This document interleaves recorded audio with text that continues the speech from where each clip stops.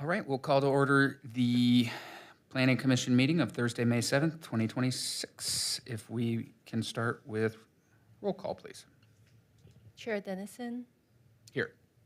Commissioner Brennan, Here. Commissioner Yu, Here. Chair Commissioner Simcock and Moran asked to be excused. All right, thank you. Next up, I will seek a motion approving the agenda as presented. I'll make a motion to approve the agenda as presented. I second. All those in favor? Aye. Aye. Motion carries. Next up is our report from the City Council Liaison.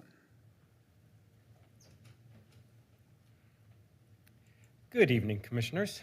I have one main update for you tonight. I know you guys have a lot of fun here at the Planning Commission, but we have some riveting meetings coming up for the City Council. We have meetings on the 26th, the 27th, and the 28th. 26th will be a regular City Council meeting, and the 27th and 28th will be deep dives into the budget. So this is something that hasn't been done since my time on council. It's going to be a huge amount of detail. On the 27th is going to be fire, police, public works. So the big ones are going to be that night, and then I can't even remember what's on the 28th at this point. So if you're interested in knowing what the budget's going to look like for fiscal year 27, come and join us on the 27th and 28th. And that's all I have. Are those meetings at 5:30? Those meetings are at 5:30. Yes, yes. Thank you for asking. Yeah, all three meetings are at 5:30. Thank you.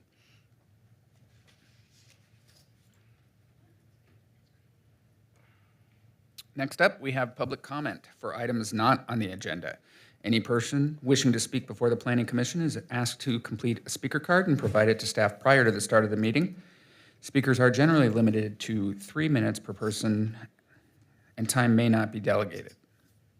Do we have any speaker cards?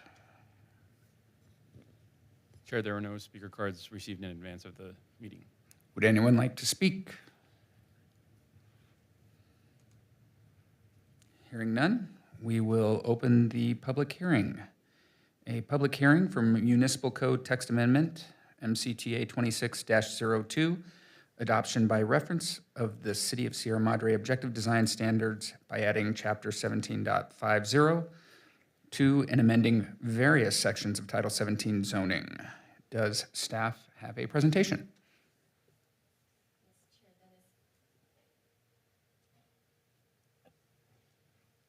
Yes, Chair Dennison, before we start the presentation, I would like to acknowledge the tremendous effort and collaboration behind the objective design standards. It was a truly team effort involving the city staff, San Gabriel Valley COG, Council of Government, a royal group, and Annex Architecture. And the city began its participation back in November 2024, from developing the scope, going out to RFP, serving on the interview panel, and got the award for the grant, the REAP 2.0 grant for the COG to move forward with this design standards. So we have came a long way. So we are very grateful for all the support from the COG and all the opportunity that everyone helped the city to move forward with this objective design standard. With that, I'll turn it over to Assistant Planner Huang for the presentation. Thank you, Director Lin. Good evening, Chair, Commissioners. Tonight, the Planning Commission will be reviewing the Objective Design Standards document with the Municipal Code Text Amendment 2601. The city participated in a regional objective design standards document that was led by the SGV COG.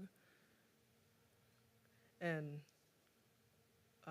as part of this, member cities of the San Gabriel Valley could take part in drafting this document and also take part in a city-specific objective design standards document. This document that we present to you today is developed by the Arroyo Group and Onyx Architects, and was also funded by the SCAG REAP 2.0 Sub-Regional Partnership Program that helps accelerate housing production. And also to comply with state laws such as SB 423 and 330 and many more. This document is intended to provide a clear, consistent, and objective framework for design reviews for multifamily and mixed-use development. As part of this effort, there were stakeholder outreach meetings and also an online comment forum that was put out by the SGV COG to receive feedback and comments from our residents and stakeholders in the San Gabriel Valley in consideration of this document.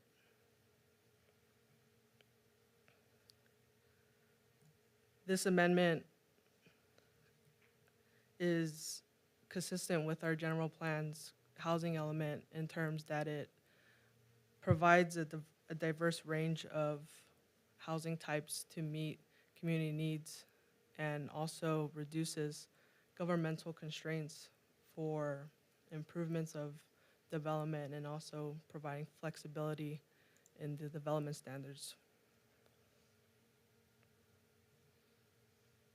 This amendment also qualifies for a common sense exemption under the California Environmental Quality Act, Section 15061B3, in that these amendments are limited to establishing design standards and would not reasonably foresee any physical change to environment, and can be seen that it would not have a significant environmental effect.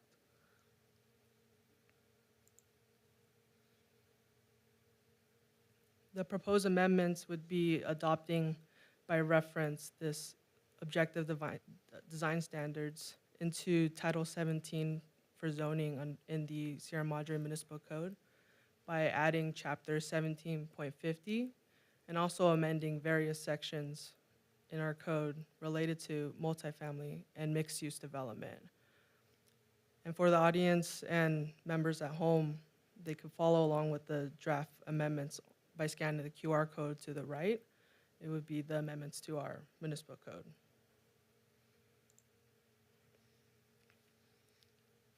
And with that, I'll introduce Mr. Burns with the Arroyo Group to go over a brief overview of the objective design standards for the city. And it can also be viewable by scanning the QR code on the right as well. All right, good afternoon, commissioners. A real pleasure to be with you this evening. I very much enjoyed the last time I was before this commission, which was when you adopted the religious housing overlay and the R320 and R330 zones a couple of years back. And it's really been a pleasure for me again to work with the city of Sierra Madre. As Claire mentioned, it has been a very collaborative effort. And I'll say as one that's been leading this project, that is a regional project for the San Gabriel Valley, because of that experience I had in the city of Sierra Madre before, from the very beginning, we understood that we needed to take into account the unique character of this city, which is not like Duarte or Alhambra or some of the other cities within the San Gabriel Valley. And so what we've tried to do with this document here is create a set of objective design standards which certainly have relationship to other objective design standards in other communities, but are tailored to the specific needs of this community. So just to begin by kind of overviewing why are we doing objective design standards, it really dates back to the Housing Crisis Act of 2019, SB 330. And this is really a reaction to projects that had been through multiple rounds of design review and were in essence killed by sort of endless design review. The Housing Crisis Act therefore made several limitations to the ways in which projects were processed prior to that time, reducing the discretion of local agencies to deny projects that do comply with objective design standards, limiting the number of hearings, specifying when applications are deemed complete, and locking in the standards that were applicable at the time that an application is submitted, and disallowing the creation of new subjective design guidelines after January 1st, 2020. Leading, therefore, to the need for cities, if they desire to exercise any control really over the design of many multifamily and mixed-use projects, they're going to need to adopt objective design standards. So that's why we have this here for you. For example, streamlined ministerial approval processes prescribed in state law, such as SB 35, 423, they limit design review to only be basically a review of the compliance with reasonable and objective design standards. So the definition of an objective standard is there in the bottom bullet there. It says objective standards involve no personal or subjective judgment by a public official and are uniformly verifiable by reference to an external and uniform benchmark or criterion available and knowable by both the applicant or developer and the public official before submittal. An example of a subjective design guideline is adjust the massing of the development to transition to lower scale neighborhoods adjacent. An objective design standard would be adjacent to a single family residential zone. The project shall provide, the project shall not exceed 2 stories for the first 15 feet away from the property line, something like that. So in order to put together these standards, we really wanted to make sure that we were grounded appropriately to do that. And so we worked closely with the 4 participating cities within the San Gabriel Valley. We reviewed the existing design guidelines that the city has and your experience implementing them. We conducted field work as well in several different areas of the city, multifamily zone districts basically in the city.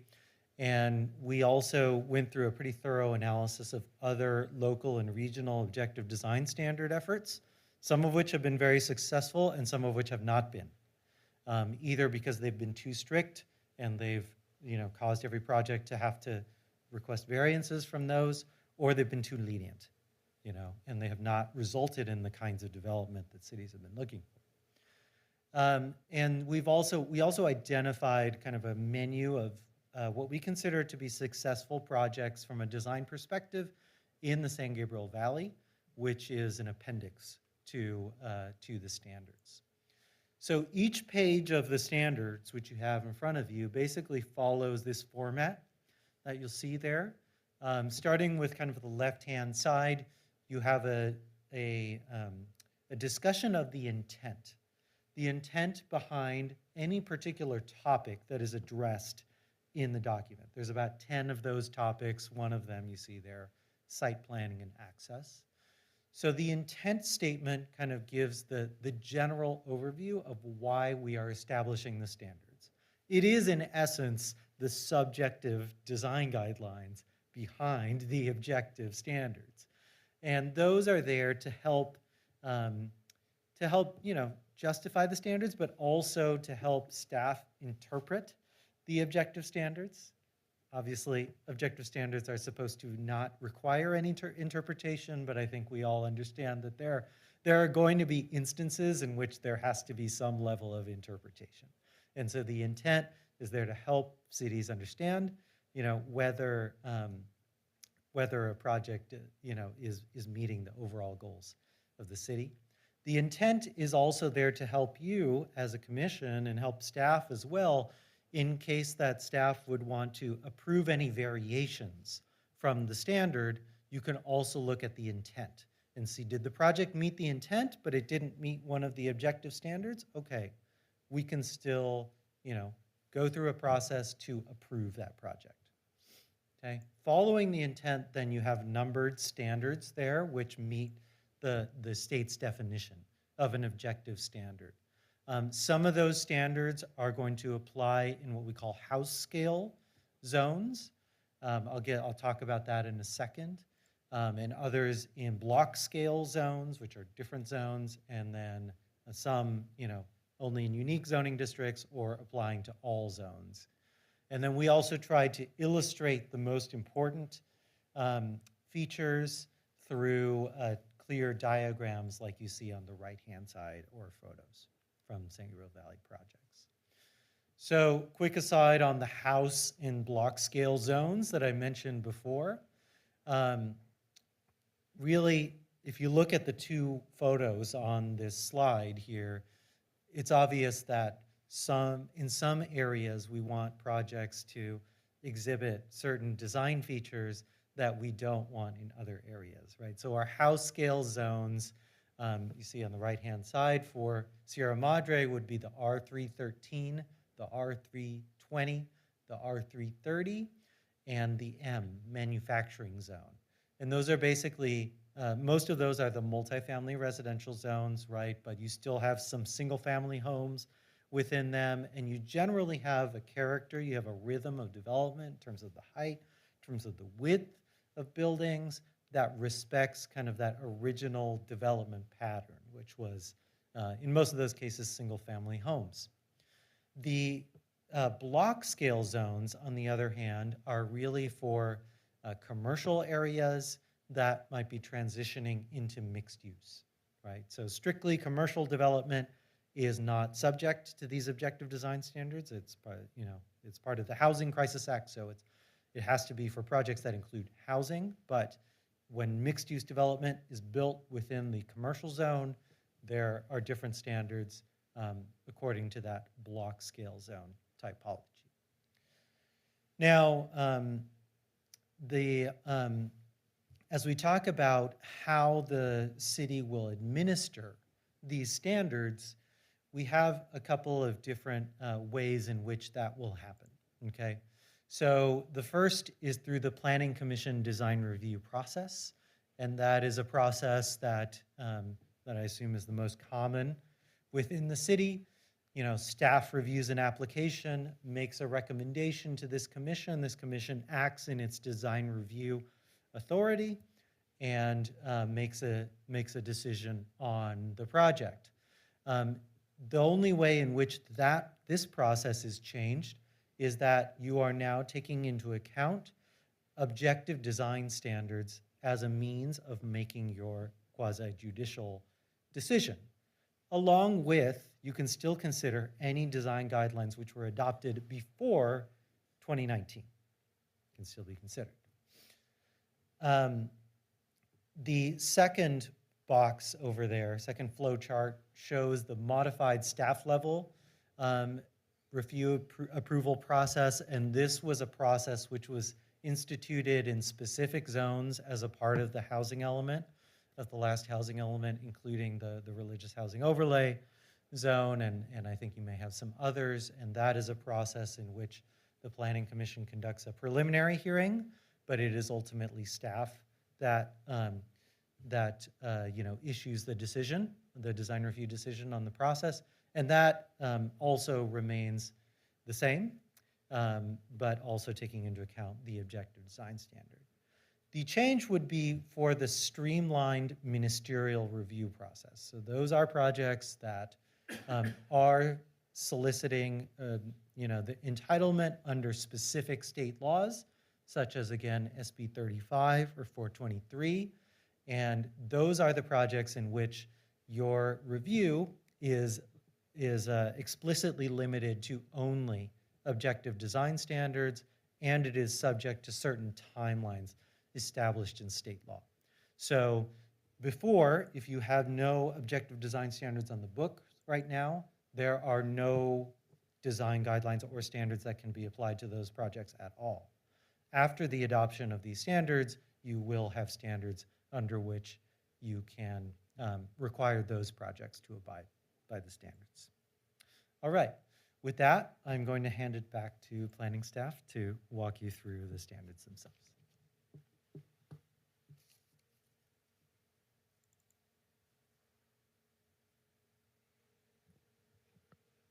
Thank you, Mr. Burns. We do have the objective design standards document ready in our PDF if the planning commission wants to go over some of the sections specifically.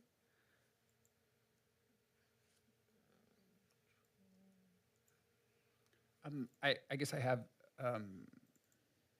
some questions to kind of figure out how we're going to go through this process. Is this document that we have before us specifically for Sierra Madre?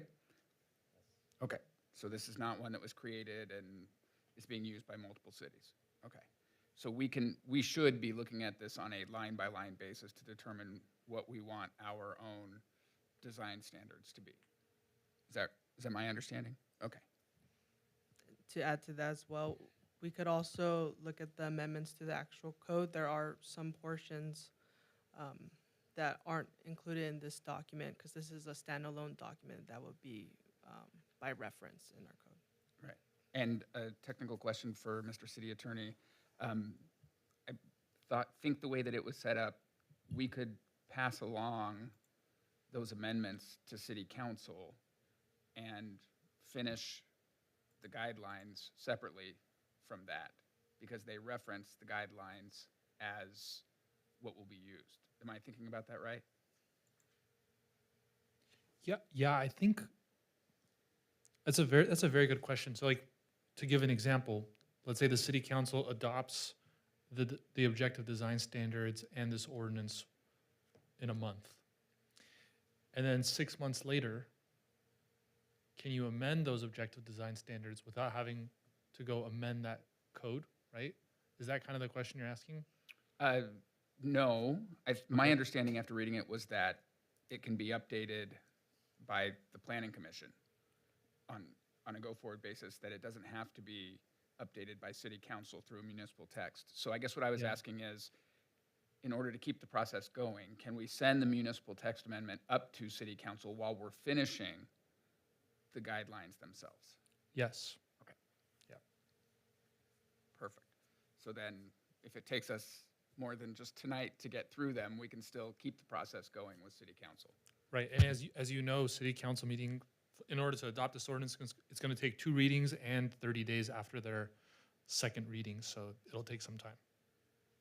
We should be good then. I guess the only question would be if city council wanted to look at the finalized guidelines simultaneous to adopting the text amendment. Chair, if the planning commission recommends the city council adopt the ordinance as is, the planning commission under the adopted ordinance would be able to make that modification by resolution. So it would have to take that decision by the planning commission to modify whatever standards are being reviewed today would only be able to take place after the effective date of the ordinance. Right, but our first adoption of it could be after the date of the ordinance, because it would just be the standards that are there today. Am I thinking about that right? Yeah, yes, but I imagine the city council would want to see some version before adoption, Yeah. and we can ask our council member.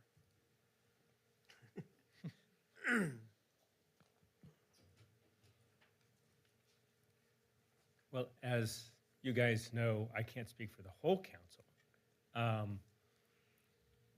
I guess my own personal feeling on it is that if you have the framework that points to the ordinance, to the objective design standards, and based on my read of the materials, I'd be comfortable approving that part of it, recognizing the next part comes in, and even, because there are multiple portions of it, doing those in chunks as it goes.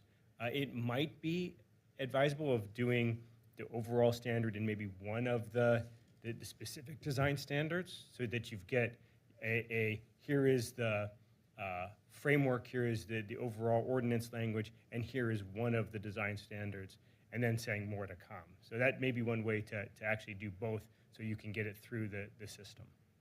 And I know you can't speak for everybody, but if we were to send the version as is and say that we're continuing to work through it and are likely to make some updates, that would be sufficient for you to know the general direction that we're headed? I think so. I mean, my impression has always been with the council is that they put a lot of trust and faith in the planning commission, especially this planning commission. You know, as an example, when the lot split came forward, you know, the language that you use, it's actually in the minutes of the meeting of this is, you know, the discussion was, this is just the lot split, right? This has nothing to do with the design of the buildings and all that. That was echoed. Actually, Councilmember Krebs brought that directly up, which really helped guide the conversation. So I think that we will look to you for the guidance on it, and I think that carries a lot of weight. Okay, great. Yep. Chair, one note, and this is why it's great to talk about these at the Planning Commission before we get to the City Council. A question to staff, do we have anything in here that says, that references this objective design standard as may be amended from time to time? Because I think we may want to include that language.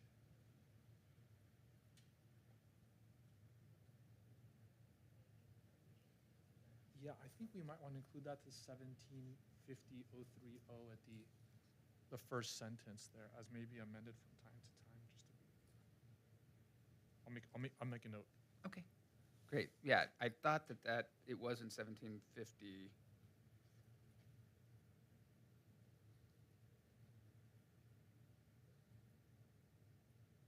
Yeah, wherever we need to add that so that it's very clear that from time to time that the Planning Commission will update, I think we should make those amendments.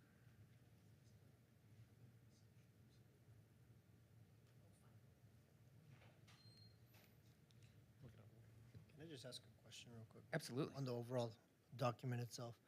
So during the process of creating this, I mean, there are multiple cities involved, and you know, each city has sort of their own thing that might be different.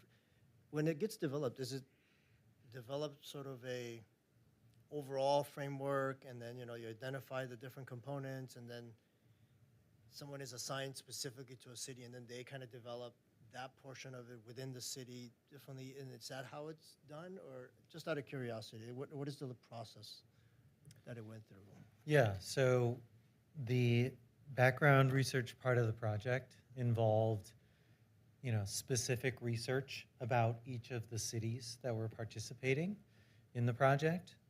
Then from that, we came together and as an entire team and produced one consolidated regional objective design standards document in draft, and accompanied that with a list of issues that we thought would be different for each individual city.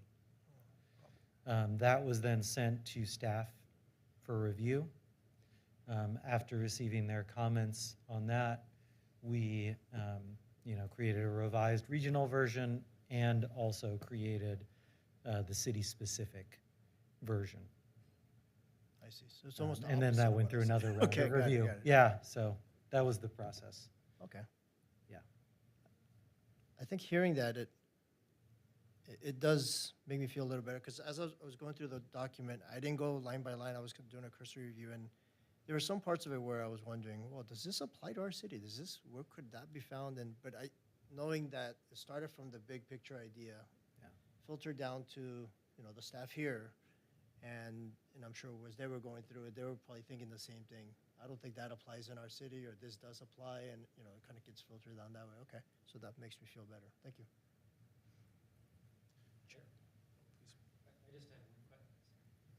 I just had one question back to the chair's request in terms of how this process may play out with,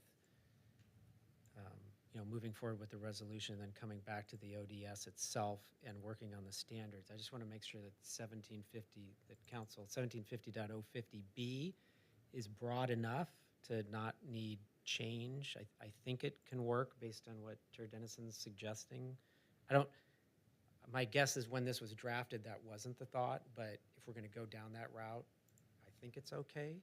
Or do we need a modification? 1750.050B. B is broad enough, I believe, to work that construct in. Yes, I agree. And I just wanted to make that, I'll propose some edits to the 1750.030 language to clarify that as well, so that someone doesn't think we're adopting a stale document.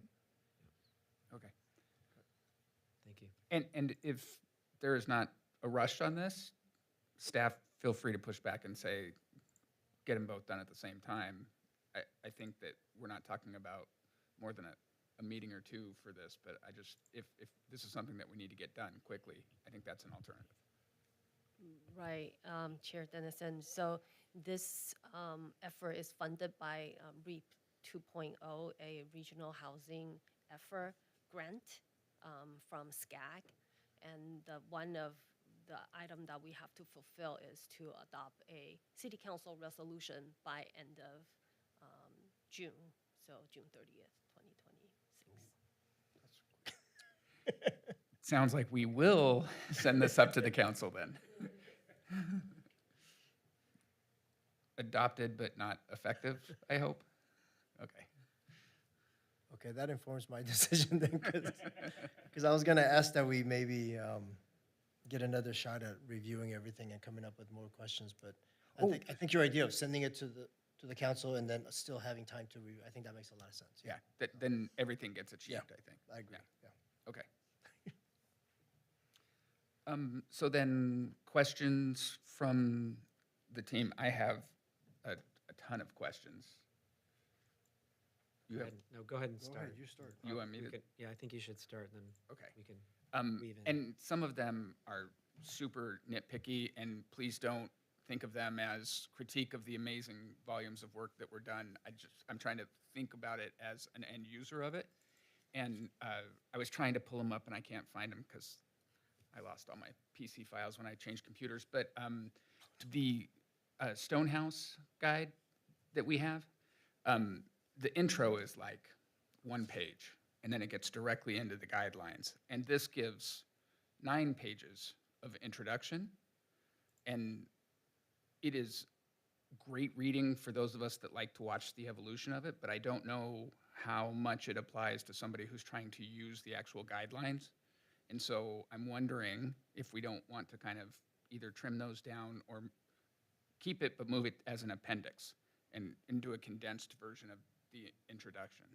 Because I think it's something that's very useful, but I also think that with state law changing every single year, sometimes twice a year, on that process and the timelines and all that, that those charts are going to get stale rather quickly.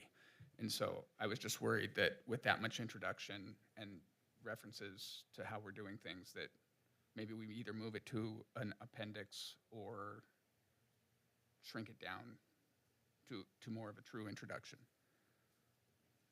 Now, what to take out, that's a challenge, because Or do you maybe create an abbreviated version of those things called, something that's more straight to the point of, here's your charts, right, or whatever. yeah. Because it's great information, and I think it's important to some people, but I think that if you're just looking for the standards, that you expect the standards document to have less of the background and history of how you got there. Commissioners, what do you think about that?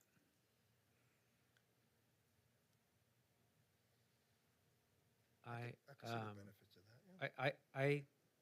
I think some of it's helpful. I think some of the context is helpful, but to your point, I think overall the document's pretty lengthy. I think slimming it. One suggestion I could make might piggyback off of another suggestion I had, which I'll talk about. Potentially, the standards development process, as an example, could definitely be moved to an appendix. I asked about whether we should even be including Appendix E on a preparation call with staff. just because I think it's rather lengthy, and I'm not sure that it helps usability. I was counseled, though, that there's a portion of the process that would allow for alternative standards to be used in lieu of these ODS, which is contemplated in the process. And so that Appendix E could be used to help staff and the developer work through alternative standards that are contemplated by the process. But I also don't think it necessarily needs to be here. But that's so yes, I'm generally in favor of slimming it down. But definitely recommend maybe the development process gets moved to the back, and that could get moved to the back with Appendix E as well. Yeah, yeah. So, I think you bring up a great point. Keeping the information, using it there as, some criteria as you go forward, but maybe moving it to appendix so that it's not something that people are tripping over yeah. on their way. I agree with that. Is that something that staff wants us to work on, or something that staff wants to take away as a challenge?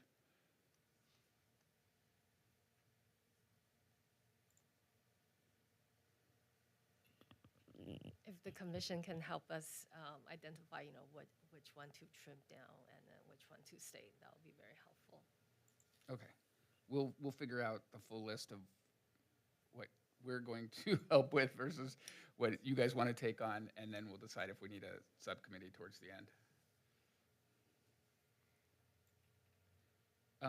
Okay, so with that in mind, did anybody have anything when we were talking about the intro? I guess, let me see where this was. Anything in the intro people wanted to talk about? I guess we'll kind of look at it like flipping pages.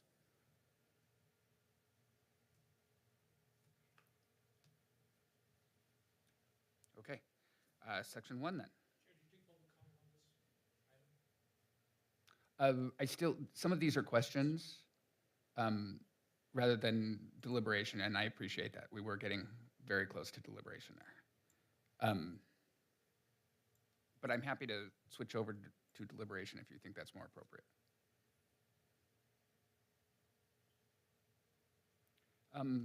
So in section 1, under the intent,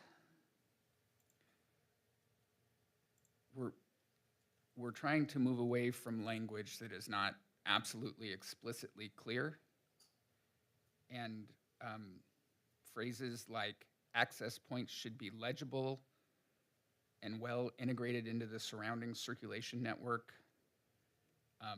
Overall site planning should activate streets and open spaces. I don't know what any of that means. Is it germane to the topic? I mean, if you know what this is trying to describe and it does it accurately, that'd be great. I'm not familiar with that language in this kind of a context.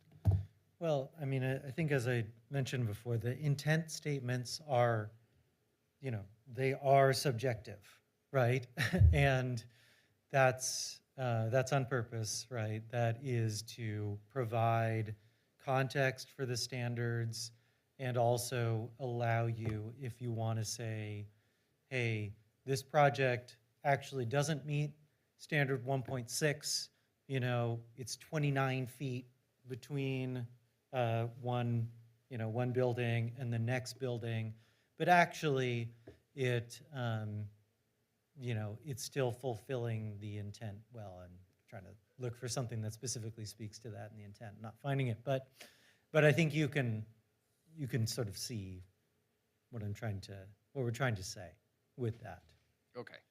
And so then since the intent is not part of the actual standards, Correct. it just gives us more color and it doesn't have to be as objective? That's our take? Right. Okay. Just keep in mind, we won't be enforcing the intent. Right, yeah. Okay.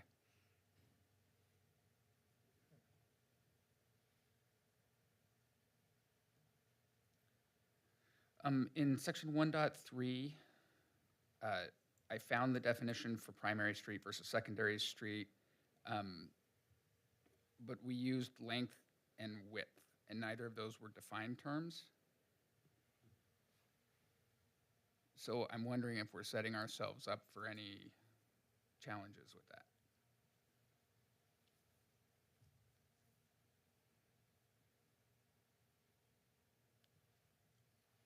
Which street would be considered a primary in our city versus There, with that 80-foot it, definition? in the, yeah, if you, in the definition section, it listed it. I think if I recall, it has to do with, there's a document that the city has that defines the traffic on every street, and so the one with the greatest traffic count is the primary. If Traffic count, not necessarily. it's the traffic count, and then second to that would be the address, unless the director decides otherwise, if I remember the language.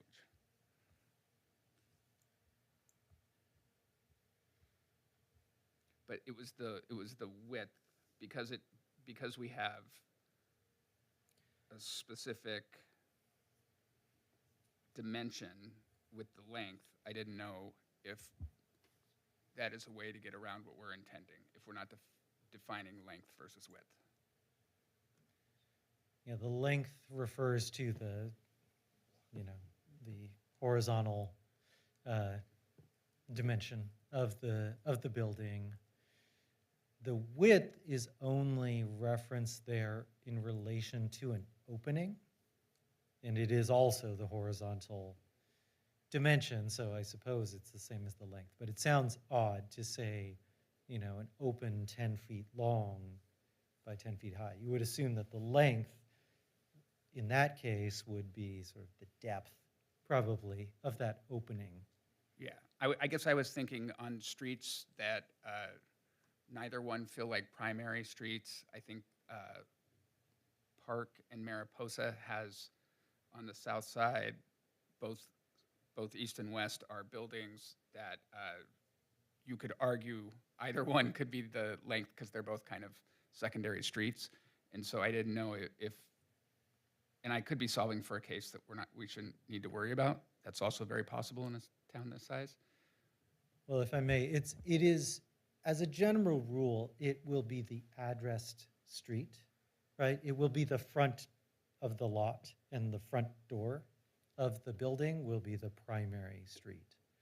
The thing about the traffic is really the general plan circulation element designation, which is just to say that basically any building that is along either Sierra Madre Boulevard or Baldwin, those streets will be the primary, right? So if it's the corner of Baldwin and Park or something, I don't know, Sierra Madre and Sunny Slope, okay, got that. That's a correct one, right? So then Sierra Madre will be the primary street, even if the lot was turned to face Sunny Slope. Okay. Maybe then it's just worth adding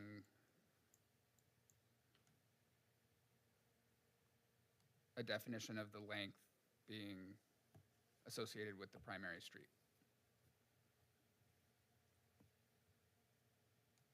Because it sounds like that's the intent, if I'm hearing it correctly.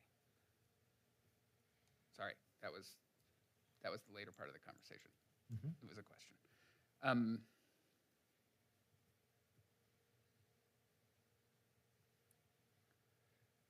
In 1.5, we use a paseo as one of the term, or one of the openings that we'd like to see. Does it need a minimum size to be a paseo, or would any hallway count as a paseo? It does, if I may just go ahead and answer that one. It does. It is defined in Appendix B, B6 specifically, 15 feet wide. 15 feet wide, great. I missed that. I appreciate your help on that, thank you.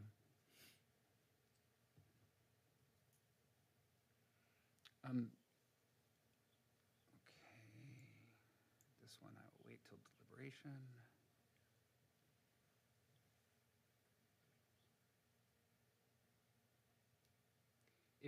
If we can still ask questions during deliberation, Okay, maybe we'll just change gears here and take public comment and go into deliberation so we can make changes. Okay. All right, at this time, anybody who would like to speak on this specific agendized topic may come forth and speak. Do we have any speaker cards? Chair, there were no speaker cards received. Okay, anyone want to speak? Seeing none, we will bring it back for deliberation. In section 1.6, it reads, as shown below. Can we just change that to reference diagram 1.6? Yeah, certainly.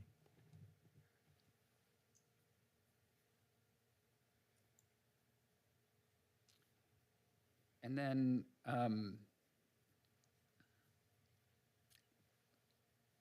section 1.6, it has this, this rule about having a tree or a screen in between two buildings that are facing each other. We have a building at 125 Esperanza, and it's got 22 feet between the windows.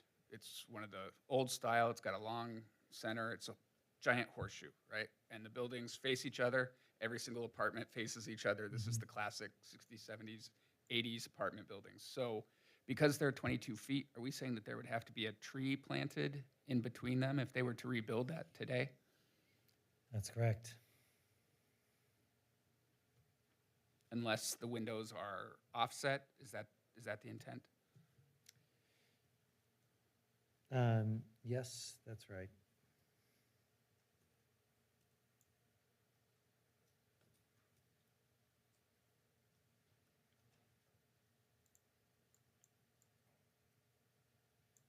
And that through the open air, because that is a second-story building, the one I'm talking about. And so there would have to be trees lining the middle in order to reproduce that today if they're less than that 30 feet apart.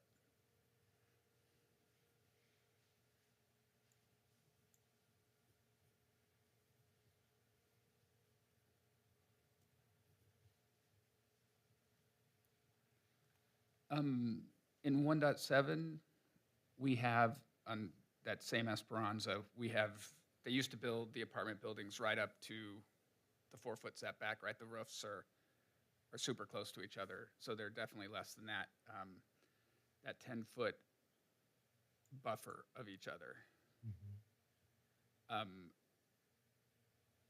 And I assume when we say residential, we do mean multifamily, right? Okay.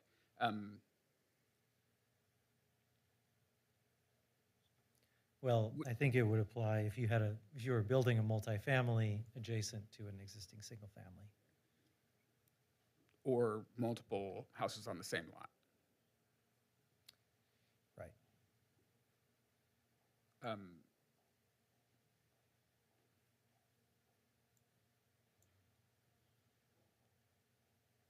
So it says windows on the facing building facades shall avoid unfiltered or direct views by one or more of the following, and it gives us a great list.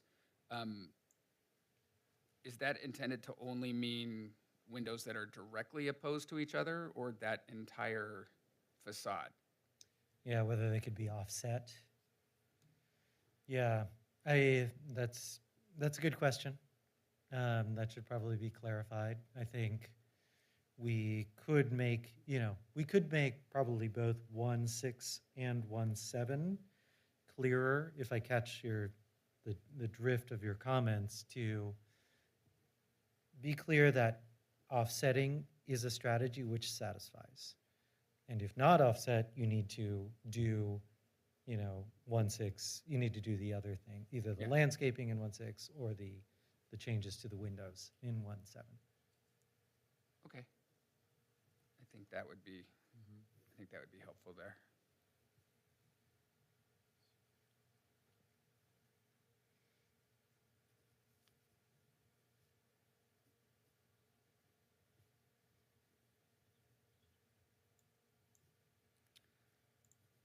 If anybody has one before that comes up before I pass over it, let me know. I think 112 is my next one.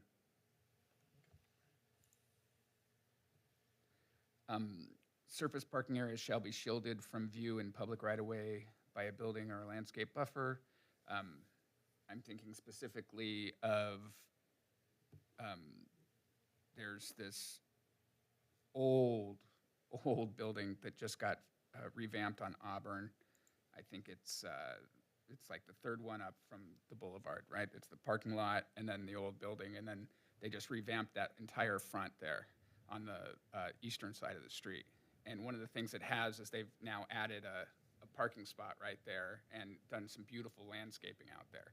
And so because there's no buffer between the street and where that car parks, we're saying that that wouldn't be allowed? Or is this, maybe I should back up.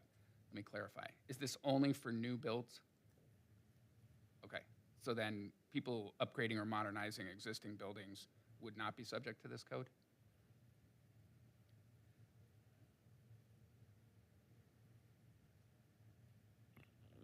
This will apply to construction projects. So expansion, it will be part of this if they are expanding Okay, and new construction. And Chair, this would also apply to ADUs developed within multifamily buildings. so then I guess they were probably just doing cosmetic fixes to I would that say one. a facade revamp, not extending construction. We're not talking about new construction. Right. We're just updating the Painting, the putting on aesthetics. some That would not apply. Architectural features, okay. But that would be an example of something that we wouldn't allow, is a little courtyard and then a parking spot.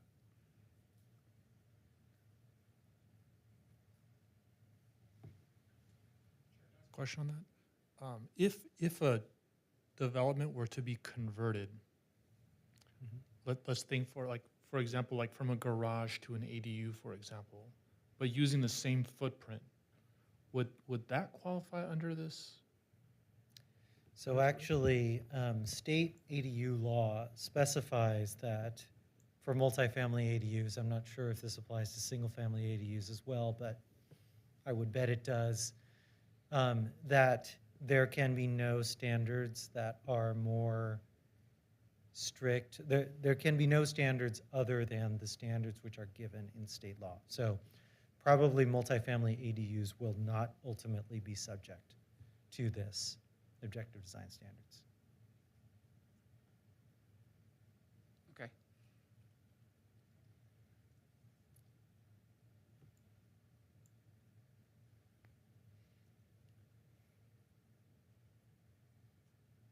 Um, 114B indicates that we cannot have more than 2 vehicular access points for 700 feet of primary street frontage. Is that a physical possibility in the city of Sierra Madre? Or are we just protecting ourselves? An unlikely circumstance, but possible within the block scale of the commercial zone, just almost a non-0% chance, let's just say that. Okay.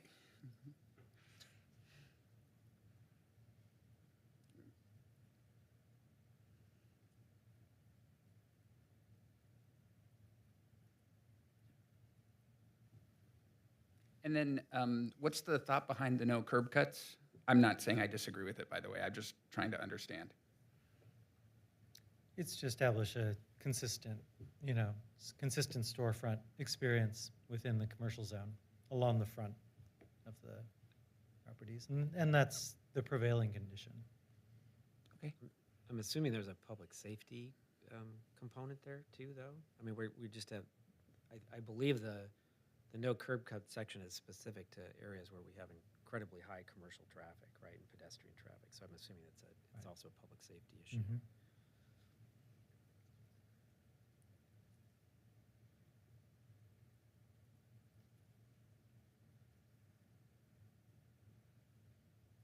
And ADA would trump that for crosswalks if we were to add another crosswalk? Okay.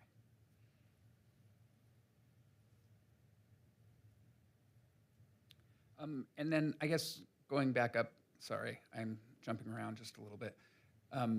In the code, it allows for 3 variances, I think is what it, variances from, let me be very careful how I say that, variances from the design standards.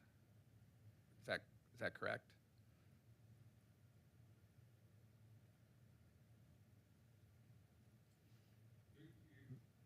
You're using the term variance, I just want to confirm, are you talking about the exceptions, exemptions section there? Probably. Because the variance would be a different procedure, that's why I asked.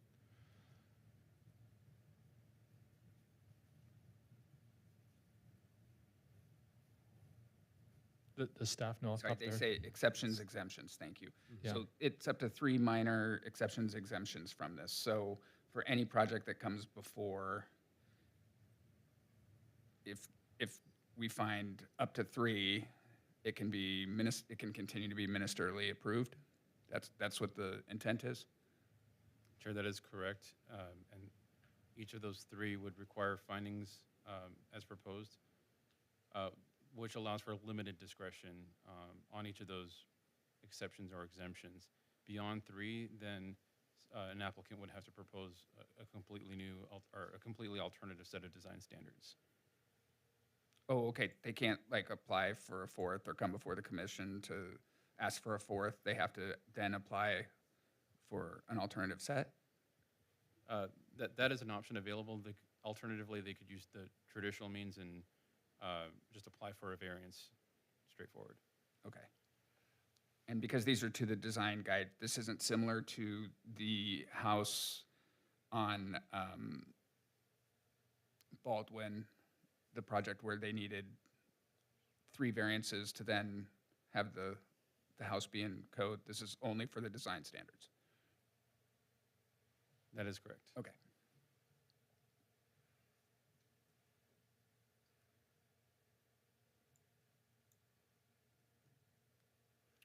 All right, 2.2A, our favorite topic here at the Planning Commission, paint color.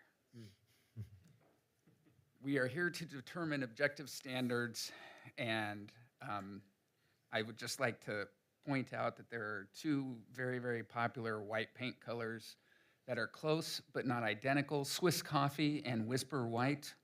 They are often used together with a subtle layered effect. Swiss Coffee is a soft, warm, creamy white, while Whisper White is a bright white with a slight beige undertone. At what point are they the same color? Do we need to put in some kind of objective standard to color differentiation? And if so, have other cities used some variation of that with success? Boy, I will tell you that we talked about this one a long time. I can imagine. Yeah, trying to, determine different swatch colors and all of that and define them objectively. I'm going to try to remember all of the discussions that we had on this topic, but I might need a sec. I can tell you that ultimately we found that the most practical, well, originally in the regional standards, there are no specific definitions of color. But as in discussions with city staff, we did feel like it was an important element to include. And so it is in the materials, finish, and color section where it talks about the primary color, and it gives or primary colors, and it gives a list, 3.10, of those. Yes, those colors themselves are, there's going to be people that can argue, my house is taupe, and you could say, it's not. But we felt that that was the most sort of reasonable and realistic thing, rather than referring to, very specific, color numbers that really the general reader would not understand. Okay.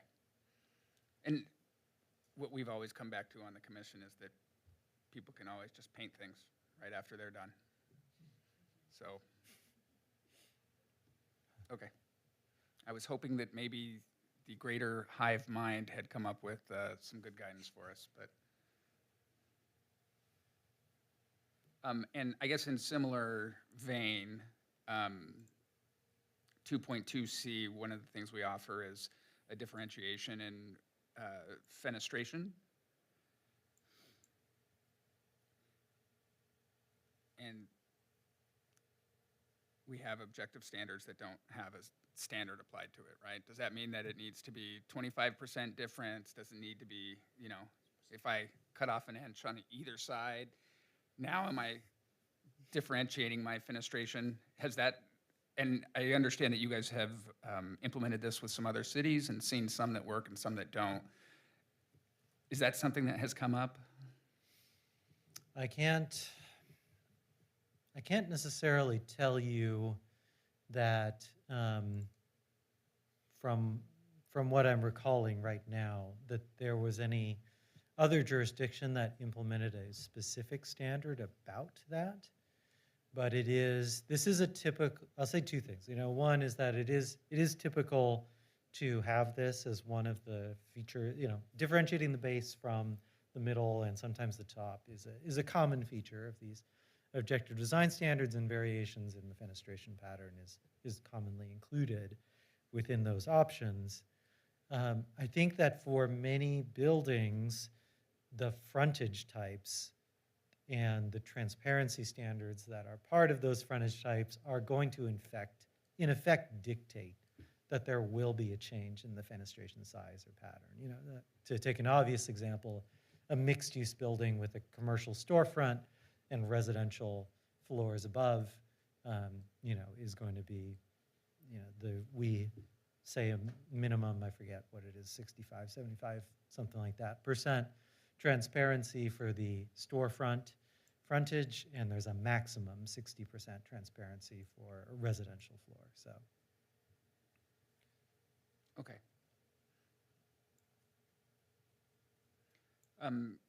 Daylit basement.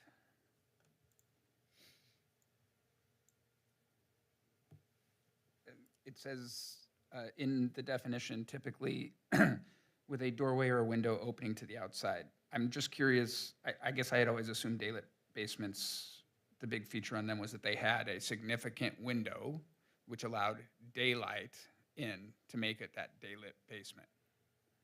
And so,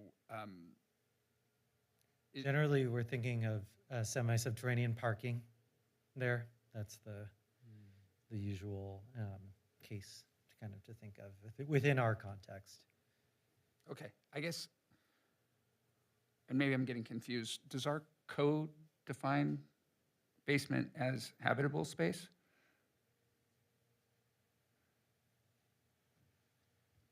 The zoning code does not define or dictate where habitable space is. It's more dictated under the California Building Code.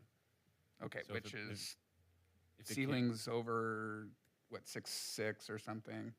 I think in California it is 7.5 feet for most interior spaces, and there is some natural light requirements in there too. So, yeah, to the effect daylighting would be allowed through these standards, it can allow for a habitable space. Okay. Okay. Where I was going with that is that if we are considering it, the daylit needing some kind of access to the outside, and then subsequently we say that it should have something like a tree in front of it blocking it. And so I was just trying to reconcile those two. But it sounds like we're really thinking about parking structures and the like as a daylit basement. How do porches and stoops play into that? Yeah, the idea is not that porches or stoops are serving the daylit basement. It's that, you know, let's say you did have a building with semi-subterranean parking, then that semi-subterranean parking along the frontage would be broken by porches or stoops going up to the first floor. So you wouldn't be seeing just a continuous parking level there, but it would be interrupted. I see. So, sort of to encourage the idea of potentially accessing those units from the street level instead of the whole internal circulation kind of thing.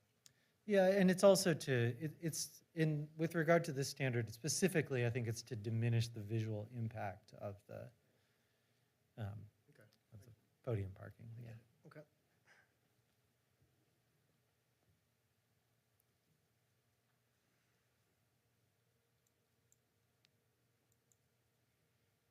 How does 23C reconcile with what you just said? I guess you are either trying to go for the porches or stoops or soften it with landscaping Right. that will block the,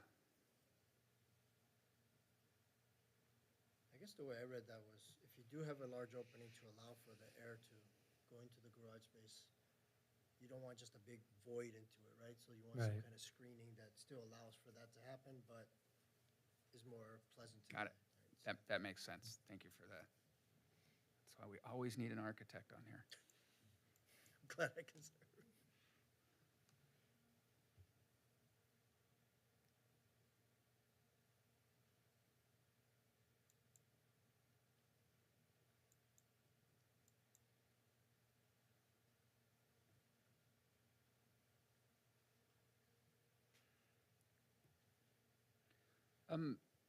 In 2.4, we're talking about what the minimum distance is for a top-level step back, but we don't require anywhere that I saw a top-level That's right. step back. So That's we're right. just, It's only if provided. We want it to be large enough to provide habit, in usable space.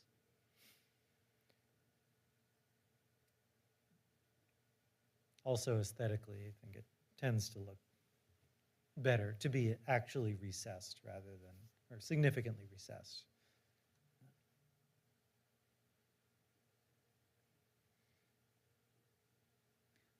I think one of the things that is in here is that it all has to be flat roof. So is the top-level step back assumed to be some space that would be used?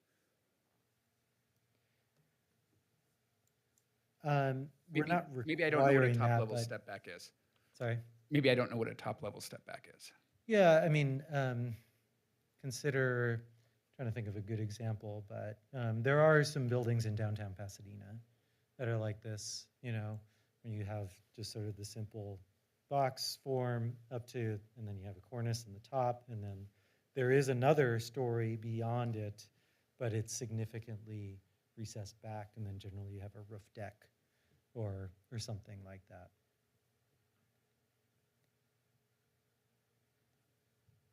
So I guess if somebody wanted to do a top-level step back, but less than 10 feet, are we discouraging that, even though that's what we really like, is that articulated massing?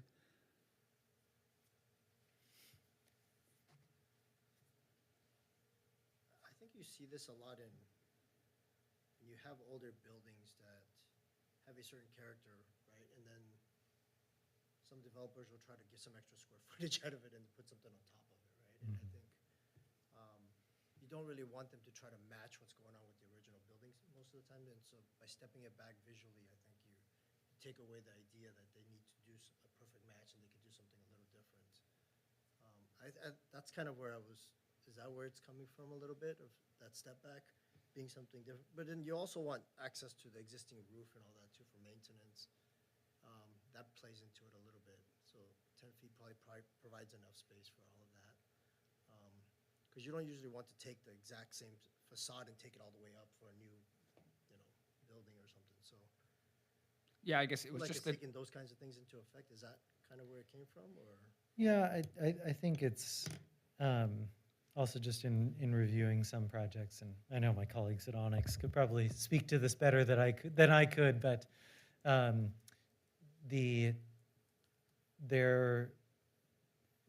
we wanted to have the roof space be usable, and that allows for that. And then also when you looked at projects, especially in these more historic areas, Pasadena, Sierra Madre, South Pasadena, et cetera, you have buildings that are generally kind of a box form, like in downtown areas. And so either you continue that box form, right? And you don't provide a step back at all. Or if you do the step back, you make it sufficiently deep enough that it visually looks different. So yes, basically, same thing Commissioner Yu was saying. I think if the point is, are we discouraging it if it's less than 10 feet? Yeah. I think 10 feet makes the space usable, Mhm. right? So if you had I was in an office building like this where we had step backs on the Rose Parade route on Colorado, right? Mhm. So if you had, I think we would want to encourage step back. So the question is, we want to encourage step back because architecturally and visually it makes sense. You don't have a canyon sort of effect with high walls for the entire building. But if it's only 3 feet or 2 feet, maybe it visually looks okay, but then it becomes unusable. Do you want that space to be usable or not? Mhm. I think would be Right. the ultimate question. Right, I guess is the definition of a step back usable space? And so if they don't make it usable space, that then it can be less than 10 feet? Is that what we're saying? I guess it goes back to the definition of a No. step back. The step back would just refer to the the massing is recessed. Yeah, this standard does not actually require that it be usable space, although that's the intent behind it.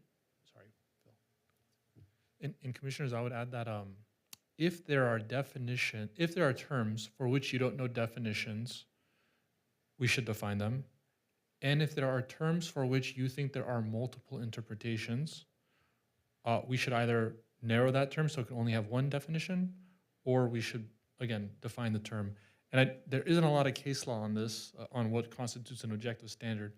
But just to give you an idea, one particular case that's often cited by developers looked at the definition of transition or step in height. And the court said, first, you have an or in there, which means it could be one or the other. And then two, the court couldn't figure out what transition or step in height actually was because two reasonable people can reach different conclusions. And so threw it out and we couldn't enforce it. So, to the extent you can make this clear at the definition, realize that if there's disagreement among the commission, then we're probably not going to be able to enforce this. Yeah, I think we like step backs. That change in plane is important and good. And the only reason I'm asking is that I don't want to discourage it by saying only do it if it's 10 feet deep. Yeah. Because It's a little arbitrary, yeah. yeah.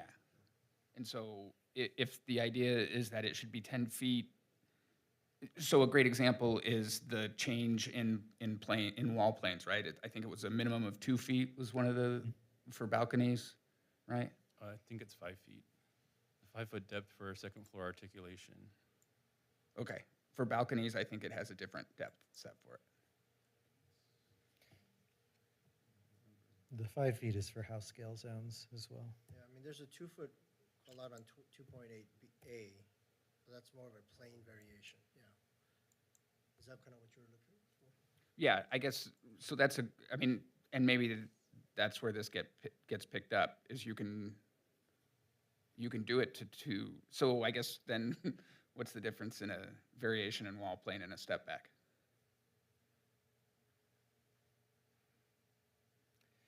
Well, yeah, the step back is typically along, upper floor.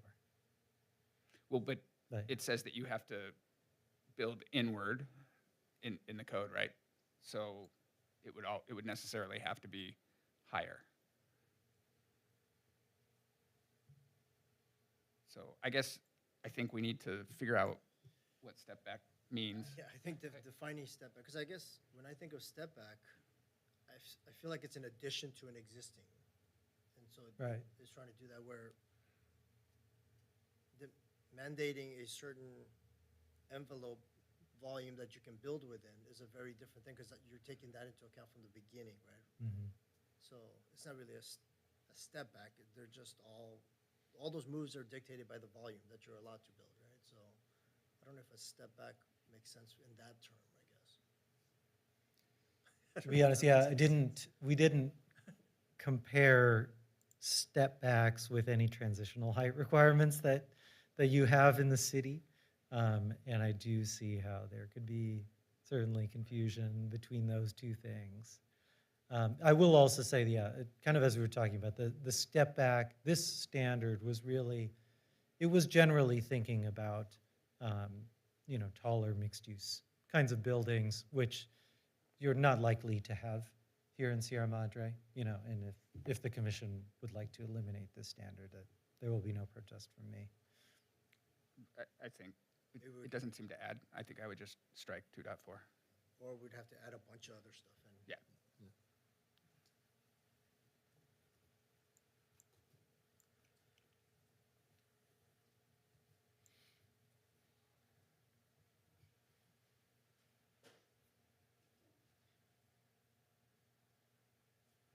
So I read in 2.7 the transparency. I read those words, and I usually understand what they mean, but I was really having a hard time understanding the difference between transparency, and there's another term in the definition in the exhibit. It was like reflective something. Can you External explain? reflectance. Yes, can you explain to me what those mean? Oh, don't ask me to explain this. Senior let planner me Wolf. ask Onyx. I'll get right back to you. Okay. So the way I interpret this is that transparency really means whether the wall plane is solid or not solid. And reflectiveness is the amount of light that's reflected on that window. That's right. So the transparency percentage is the percentage, as it shows in the definitions, is the percentage of the facade that is, has windows. But then it says that then the windows are subject to those visible light transmittance and external, the window material, the glass, right, is subject to those standards. So that it's not reflective glass, but it is transparent glass. That's the... Okay, so the concern is that on a bright sunny day, I'm in the office across the street and getting sunburnt because it's reflecting sun off me? Is that what we're... It's more like how transparent it is versus how mirror-like it is. Okay. And that's a clearly well-defined standard that can be measured, and glass comes that way when you order it? Manufacturing specs usually provide that, yes. Okay. Okay.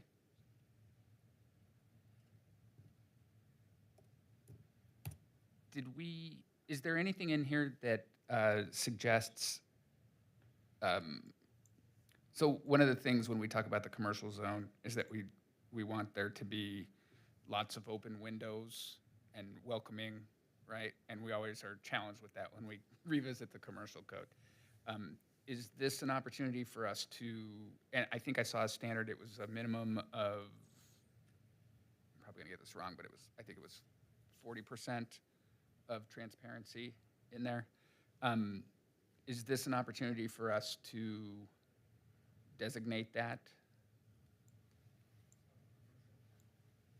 But this won't apply to commercial developments. Right? So But it does apply to mixed use.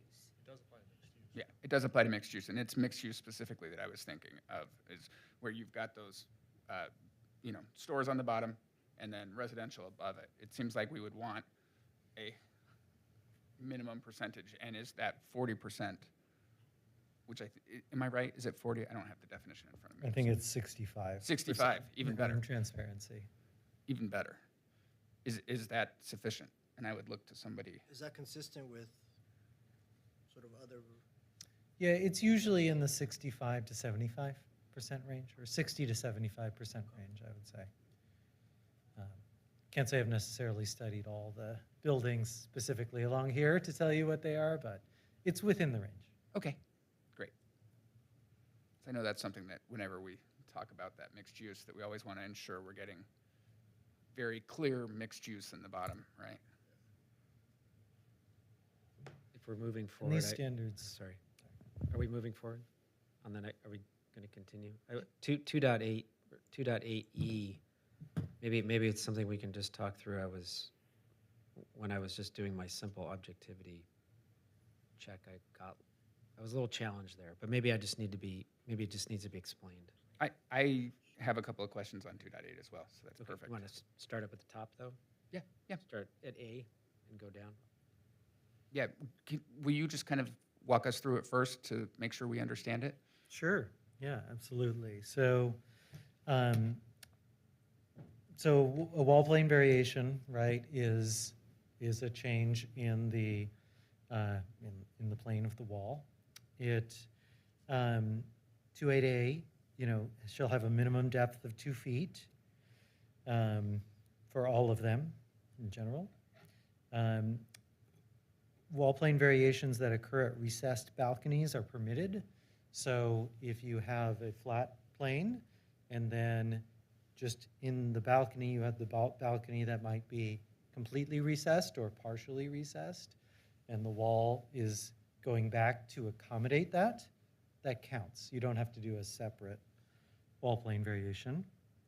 Each wall plane variation shall extend horizontally for a minimum height of 2 full stories above the building base, or extend vertically from bottom to top, either including the building base or not including the base. Basically, this is, let's say I had a 5-story building, 7-story building. Say I had a 7-story building and I only provided a wall plane, I only recessed the wall plane on one of those stories.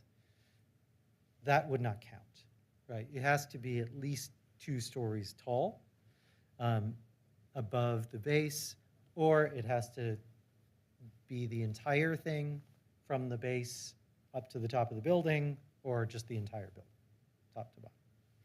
I'm assuming if it's only 1 story, it starts to look very choppy, right? This is a consistency, this is seeking consistency in something that's substantial, not Right. just, right? Otherwise, That's you right. could end up with a checkered look or something. And there are buildings like that, and I'm not necessarily criticizing them, but I don't think they're appropriate not. generally for these types of communities. The average depth of all wall plane variations across each facade shall be a minimum of 4 feet. So that's, it's encouraging the variability of those wall plane variations as well. Or I guess I wouldn't say that, but it's, in general, we don't want a building that's just 2 feet wall plane variations, because that's pretty minimal. It's not going to create a lot of interesting shadows or visual interest. We, in general, want wall plane variations to be about 4 feet, but we're providing the flexibility for some of them to be 2 feet if that's needed, assuming that there are other wall plane variations that are 6 feet or, otherwise create an average of 4. So before we go anywhere further on that, it sounds like what you're saying is that for every horizontal foot of 2 feet, I have to have a corresponding horizontal foot of 6 foot depth. Yes.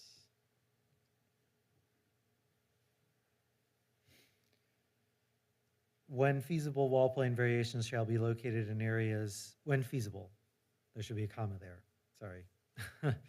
When feasible, wall plane variations shall be located in areas that correspond to the building's programmatic floor plan, including but not limited to building entries, private or common open spaces, stairs, and elevator cores or corridors. We're not trying to create wall plane variations that are simply just appended on and have no relation to the actual functioning of the building. When the interior program of the building is expressed through these wall plane variations on the exterior, it makes it not only makes it look better and of course function better. So that makes sense. I'm just thinking about the objectivity of it. So if a developer came forward and had a lot of wall plane variation, but they were not aligned to the entries, et cetera, which would be odd. Architecturally, I'm not architect, but I would assume that it's architecturally odd. But when I come back to the basic principle of the objectivity of it, I kind of get lost on how that gets enforced the way it reads currently. But maybe I Yeah, it's not need like some a help. formula. I mean, it's, Yeah. yeah. I mean, it makes sense. It does make sense. I'm just thinking about that aspect of it. Yeah, I understand the idea of you want that variation. But it's turning it into sort of a mathematical formula kind of thing, right? So, so if you have the 2 feet, yes, you need that corresponding 6 to get to that 4. And that makes sense on that XY kind of thing. But is there a correlation to how much of it happens on the horizontal then, or how much? Because if you have the 2 Like, foot is it a recess, weighted average or is it? yeah, if you do 2 feet, Yeah, is it simple only average. like they do it for like 2 feet and then they do a 6 for another 8 feet or something? Is that, we meet it, good, you know, kind of. I mean, I'm just, I understand what we're trying to do, and I guess how is it measured? Yeah, you're right. I mean, on some of these standards, you can kind of go down the rabbit hole in terms of how detailed you want to be. I think the department would say how they would interpret more than that. that. But it certainly could be spelled out here, you know, if it's simple, average, or, you know. Or it can be one of their exemptions. Right. Because you're allowed 3 exemptions. Yeah. That could be a really big exemption. It might not be considered a minor one. I guess, oh no.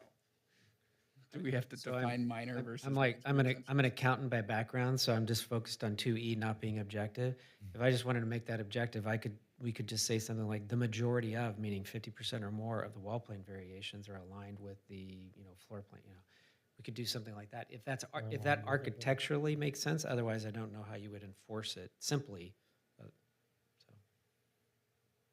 Yeah, I don't know if that's, or you don't want to do that. Seems like you want to do that. It seems like the overall desire is that the majority of these wall plane variations discussed in 2E is aligned to those points of the building. So just simply say the majority, and then that means 50% or more. And Yeah. if that's the goal, I think that's what we're trying to say. But then it Commissioner, becomes objective. Commissioner Yu's impulse is correct. This needs to be formulaic. It can't be what we think as commission or staff, so.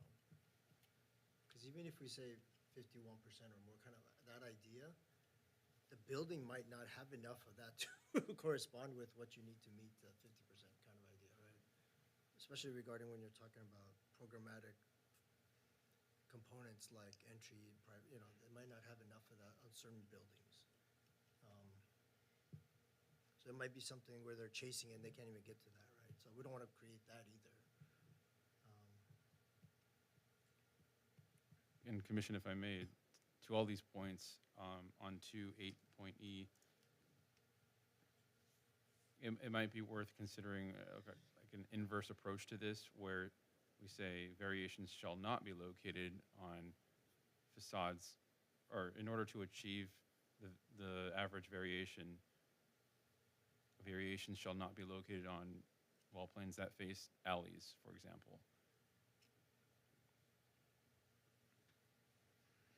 Oh, there was a phrase, what, the public something.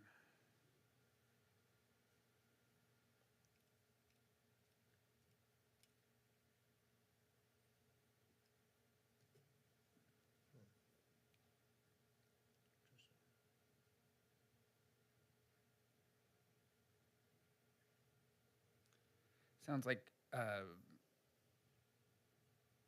do we want to come back to this one? Yeah, maybe we need to reconsider this one. Yeah. Okay, we'll keep moving, and let's make sure that we note that 2.8 needs some. Because it has to meet all of them, so love. maybe we'll end up taking maybe the most restrictive one or something. I don't know. Okay, let's keep going.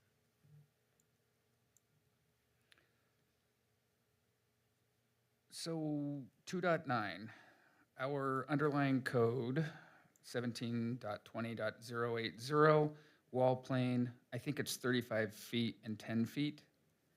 And so this seems to be more restrictive than that.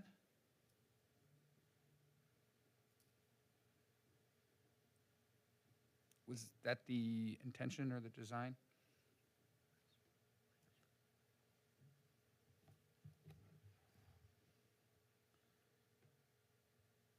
you were wondering about that reference to the code, it's page 18 in the agenda. And Commission, just so I'm following along, we're talking about 2.9.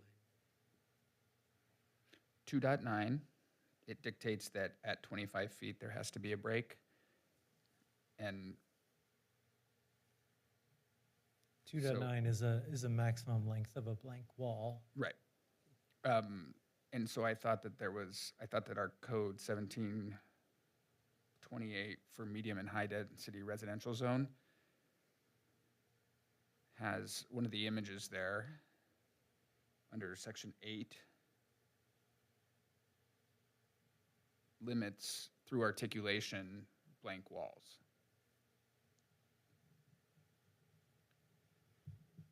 So to some degree, this is more restrictive because it requires it at 25 feet. But this is in effect to walls specifically without windows or doors or any material changes. Whereas the code doesn't specify that it be a blank wall, that it just any stretch of wall 35 feet or more must be articulated. Okay. So that is still congruent, and it's windowless, which is great. Okay, thank you for checking that.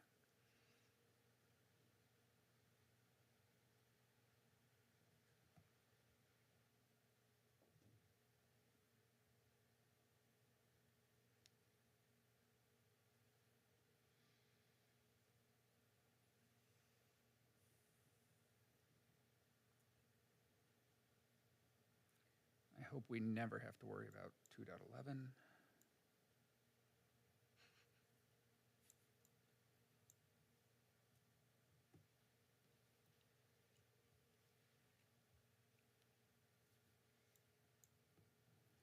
So refresh my mind on the manufacturing, the M zone. I know that the commercial incorporates some of the residential in it where you're building residential stuff in a commercial zone. And I thought I remembered that we incorporated the commercial zone into the manufacturing zone as well, which would also thereby incorporate the residential.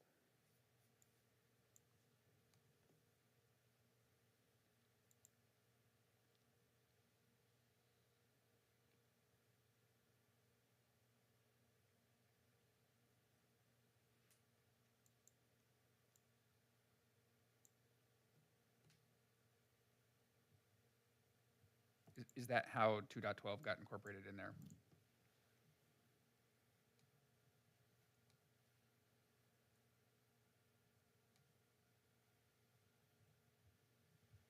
Because these are specifically residential codes, right? Right.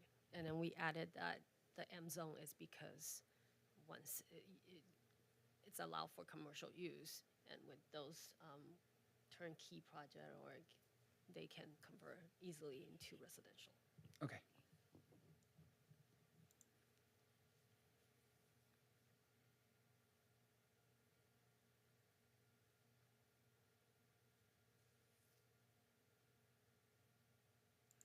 What is modular construction in 2.13? Units that are produced in a factory and then built, and then they're assembled on site Is that a defined term in the, in the, in these Yeah. design may not be. Yeah, modular. standards? is pretty- Yeah, that's pretty standard. I believe it's defined in our code because we adopt that with housing element that we include in modular. I just want to make sure and every manufacturing. time there's a question about a term that it's defined somewhere. Yeah. That it's not the staff providing, our experience or our interpretation. No, that's good practice. And so I guess modular meaning pre-made, and so you build this box and you stack another box on top of it and then another box on top of it. And we're saying that we can approve, or that the director can approve an exception to the wall plane standards when there's an alternative method demonstrated. But what would be an example of an alternative method in that case? There is, so for example, one of the modular providers that people use is called Model Z, or it's from a company called Sola Impact. They've created a factory in Watts to manufacture these standardized units and help to be able to build lower cost affordable housing in areas.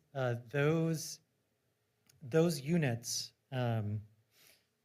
they, let's say, I think theirs would actually meet our general standards, but let's say that the units were just a simple box and that they were, let's say you had a 3-bedroom unit that was a simple box. And so it might be, 40 feet, 40 feet long, right? But then, they could, take one unit out and then set the next one a little bit in, right? And repeat that pattern alongside. So because it's factory constructed, it's very difficult to modify. You can't modify really the way that they come, but it's to say, okay, we can see another reasonable way to create variation and then allow that. Again, probably not something you're going to see a lot of in this city, but that's the thought behind it. Okay, thank you. And Commissioner, modular home is defined within Chapter 17.08. It means the same thing as manufactured home, which has its own separate, distinct definition in the California Health and Safety Code. Okay, great.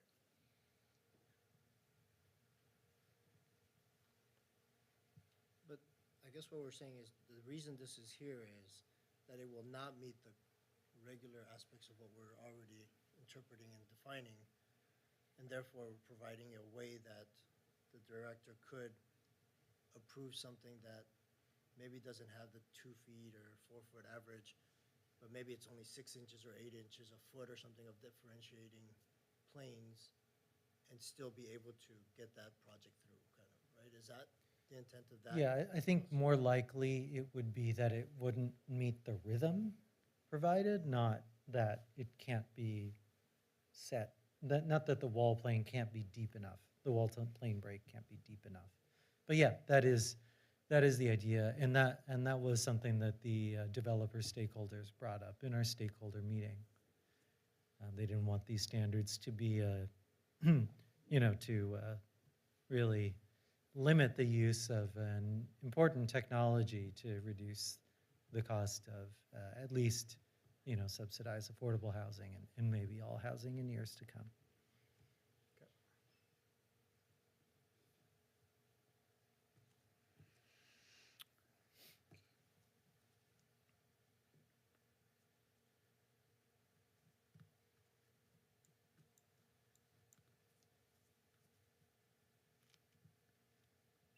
So the way that 2.15 is written, I'm just a little confused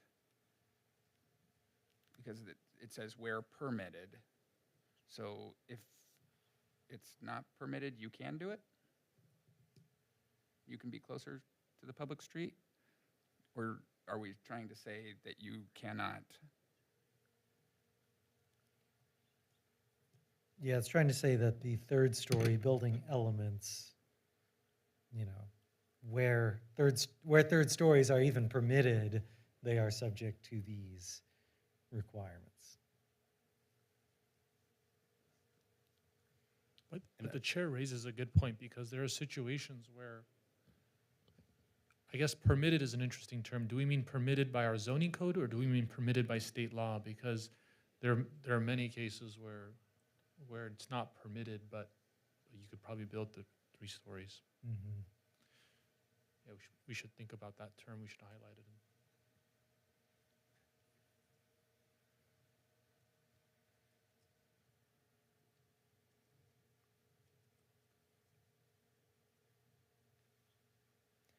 basically the standard was only included because we were talking so much about, modulation of the building. It seemed odd to have someone read this and not, if they're building within the, I think this is the R2, R320, R330 zones, they would read all of this and they would not know that there is another standard which is in the municipal code, which is similar in nature, which applies within those zones. Yeah, and maybe that's the way to rephrase it, is that as permitted per the code reference there, or something like that. If it said third-story building elements, I think to your point, City Attorney, is that third stories might not just be within the R330 or the the religious housing overlay. They may be in other places under certain circumstances. yeah. So if we just said third-story, if we just started at third-story building elements and took out where permitted, would it change anything? I think Probably that's mean clear. the same. Yeah. And it's more inclusive, probably. Would you, that code section though is within the residential high density section, residential high density zone. So, what, would that also need to be stricken? And you're saying in general, in the city, third story building elements have to Yeah. comply with Oh, that? good point. We should think about that. We should think about that. Okay, Can I, you'll have a chance to revisit. can I just ask on 2.14? I've read it numerous times and I'm just struggling to picture in my mind, or maybe it's the word, the language used when we talk about minimums used a couple times. So I'm envisioning in house scale zones, linear walls of so I'm on the second story shall not be, I'm going to use width as a word, shall not extend longer or wider than 35 feet without an offset of a minimum of 5 feet, so I need an offset for a minimum distance of 10 feet. So there's, Is that- that's what the picture, just to the right of it. Yeah. Right, just that, like that right side of the picture. So it's the, okay. Does that make more sense?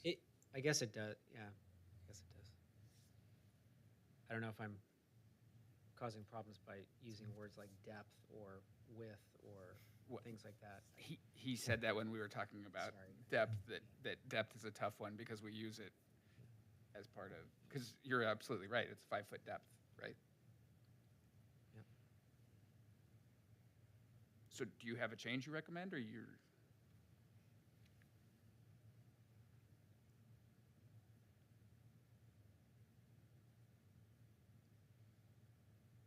I think it could say without offsetting the wall for a minimum depth of 5 feet for a minimum horizontal distance of 10 feet.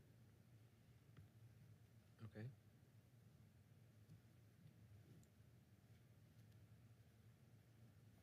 And Commission, if I may, that is congruent with standards under 17.28 articulation that we went over previously. Yeah. Okay.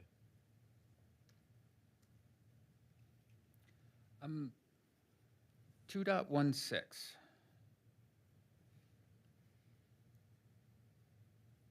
The balcony floor and railing in section C shall be offset a minimum of 4 feet from the adjoining wall plane on either side of the balcony. What does that mean? So when I read that, I think it's trying to avoid those apartments that have a sort of monolithic face, and then they just punch little holes into them to create balconies that just recess. And I think that's what it's trying to say, that it needs to pop out or, differentiate 4 feet from that too. So, because I think what it's trying to get at is it's trying to make the balconies a feature. And so by making them a feature, it's differentiating something on the facade. Is that Yes, kind of- that's right. Yeah. If you're using those balconies to satisfy your wall plane requirements. And I read that like 5 times. Yeah. Yeah, I guess, because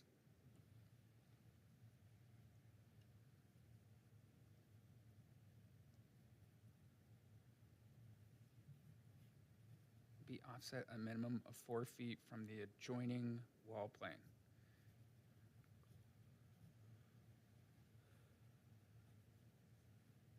So if you have, so are you saying that it has to, the balcony has to protrude 4 feet from the wall plane? If it's, yeah, Yeah. so if this is your face of the complex, then it has to either pop out or go in 4 feet altogether, right? To change the plane. Okay, so it doesn't matter, If you're using that one, because you just need 2 of the following, right? And if you're recessed 2 feet. that's what I was gonna ask. If you're recessed 2 feet, we're not saying that you have to be 4 feet out so that you're a 6-foot balcony. We're just saying 4 feet total. So it could be 2-foot recess and 2 foot out. Okay. I guess the adjoining wall plane, Is the overall, yeah. but the adjoining means the one next to it, not the one that the balcony's on, doesn't it?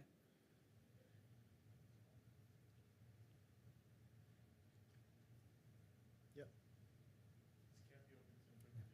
Yeah. So I think that's something we might want to look at, because it's the word adjoining wall plane, right? Because to me, that means the one next to it, not the wall plane that the balcony's on, Mm-hmm. I see what you're saying. which meant that it had to extend 4 feet, and you couldn't do the 2 and 2. That's what I was confused by. So we should probably do some wordsmithing on that one. I think it's the adjoining that was, at least me, that I was confused on.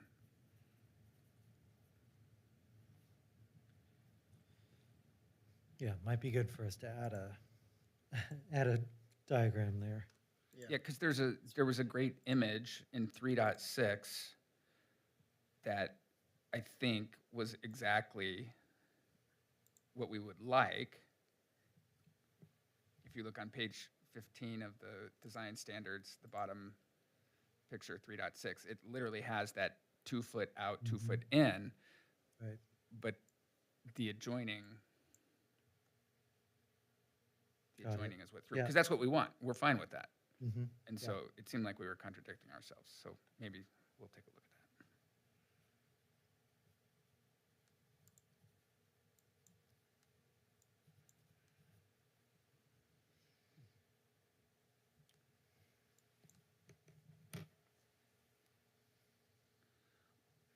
that. Is there a reason we're mandating in 2.18 flat roofs?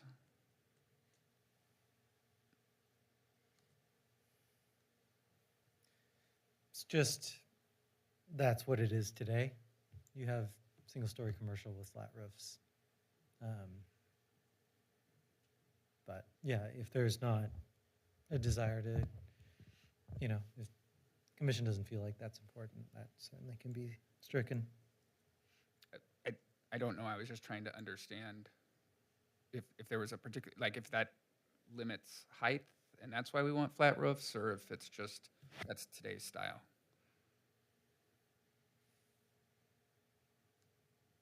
Yeah, it's just to match the prevailing character, that's all. You're building tomorrow's style, Chair.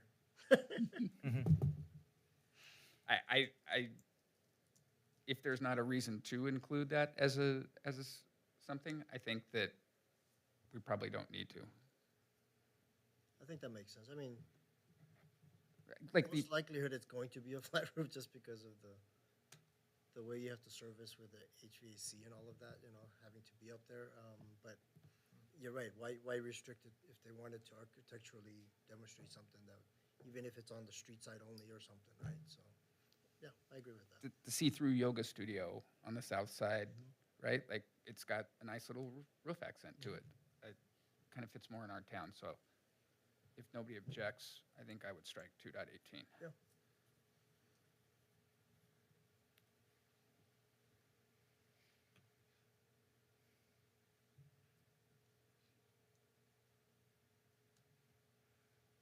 Anything else in 2?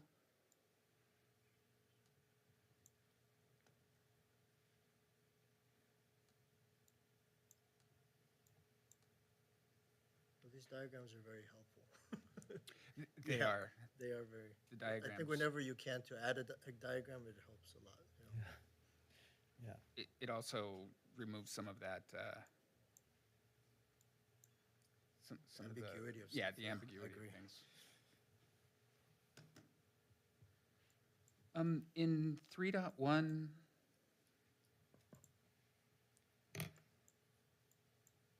I think that we actually have an image of the exception. Correct. Yeah. It's an image of the We're exception. we're really showing off an exception. If it's something we like, it seems like we should either include it or not make it, leading off this entire section with the exception and an image of where the exception's okay. It feels backwards to me. And is it really an exception of one material? Because I thought that somewhere else it said that ceramic tile is considered a second material. So in the image 3.1, is that considered more of an, what was it called, architectural something? Architectural attachment? The tile, or is the ceramic nature of the tile making it a second element? It's intended to show a building that is 100% stucco, you know, and yes, it has, you know, details. It has the tile detail, but it's not a general, you know, it's not a sort of compositional material of the facade. So that was our thinking behind it. Yeah, perhaps we could find another image that doesn't state that. But we were trying to convey with the image what a superior finish and detail looks like, and what the kind of building that a director should approve that does not have the two distinct exterior materials looks like. And because it's tile, is it technically a second material?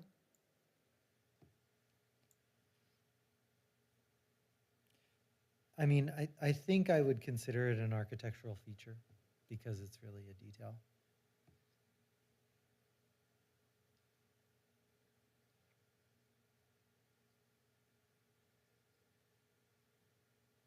Yeah, because otherwise, then you start getting into how much of a tile area do you need to consider it a second material, right?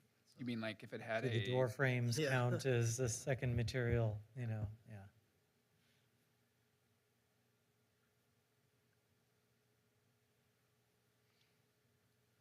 Yeah, I think that I'm fine if we want to include superior craftsmanship, although that feels kind of subjective. But I think that we should say that that's what's allowed rather than leading with the exception.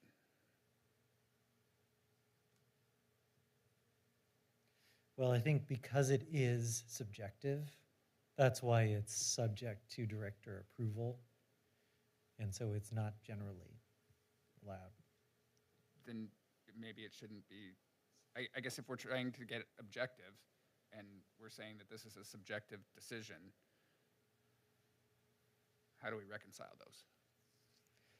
Yeah, I mean, there's a few standards here where we kind of had this carve out of the director may approve something different because we're aware that just subjecting every single building to the objective standard, you know, will be limiting and maybe not desirable. So we want to communicate to the applicant that there is flexibility.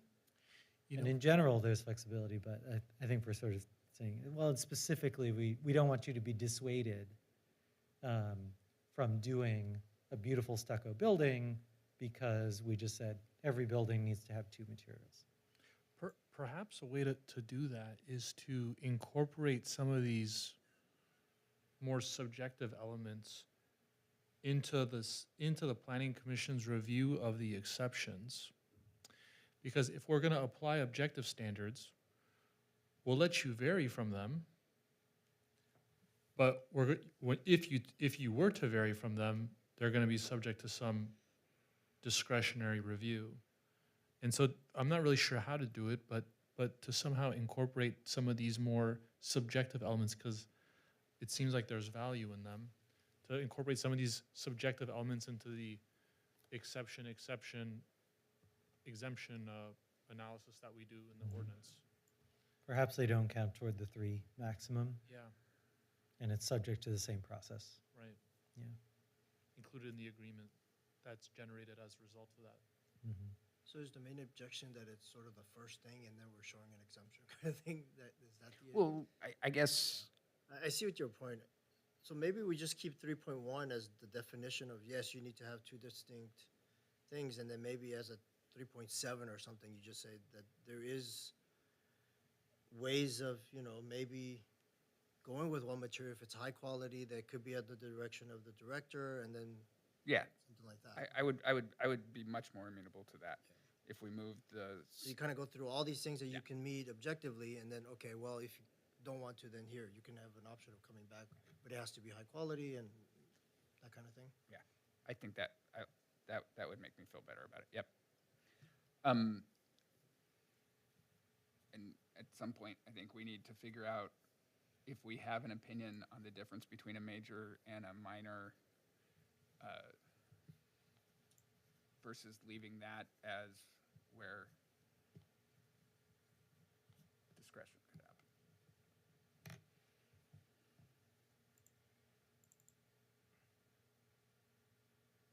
Just out of curiosity, what are the red text versus black text?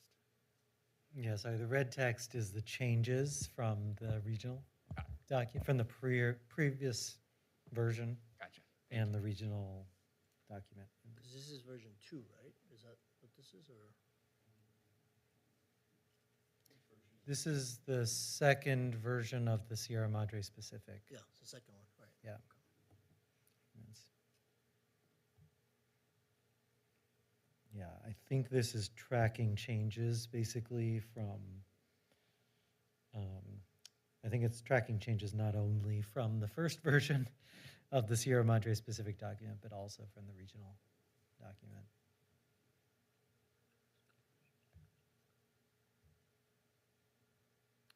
What is unfinished concrete masonry unit? Cement block, So it's just cinder blocks that, yeah. just unfinished cinder blocks?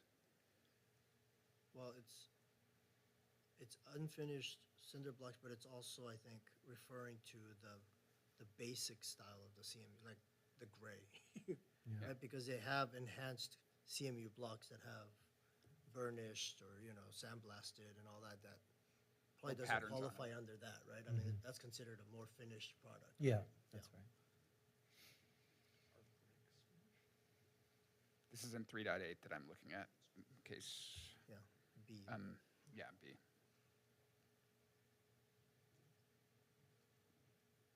Yeah, maybe some clarification on that, because to say unfinished precast.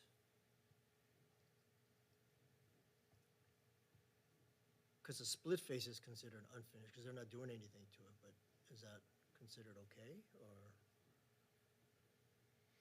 I guess I know we're trying to exclude the cheapest gray block, Yeah, but maybe that doesn't cover that. or also solid concrete that has no, no texture or. Or banding and that kind of thing, right? Mm. Interesting, okay. And exposed panel sheathing? Is that just like unfinished shear and plywood? Is what we're talking about? Okay. Where's that one? What letter is C. it? C. Unfinished 3.8C. lumber or exposed panel sheathing. Oh. I'll get back to you in a second on that. And I guess if you're using really big timber, it has to be painted or sealed, we're saying? unfinished lumber or exposed panel sheet.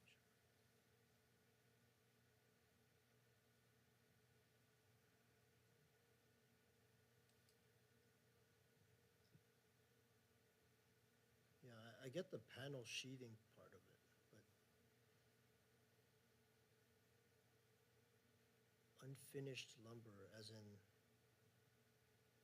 so if it's varnished, it's okay, or it's, I would assume from this that unfinished wood, such as exposed rafters, would be not treated with anything, and that would not be permitted.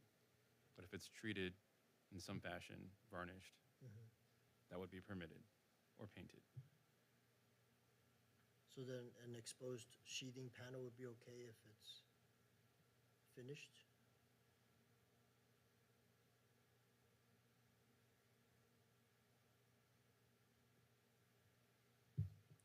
Those are two different things. Okay. Yeah, I think lumber in this sense, to your point, is too generic in term. Yeah.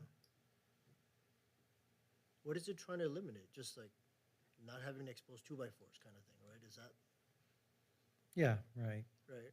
Non-painted rafter tails? Oh, you can't have rafter Maybe tails that's it. anyway, right? It all has to be boxed in now. Unfinished plywood. Maybe let's take another look at that. Metal, vinyl, or composite materials.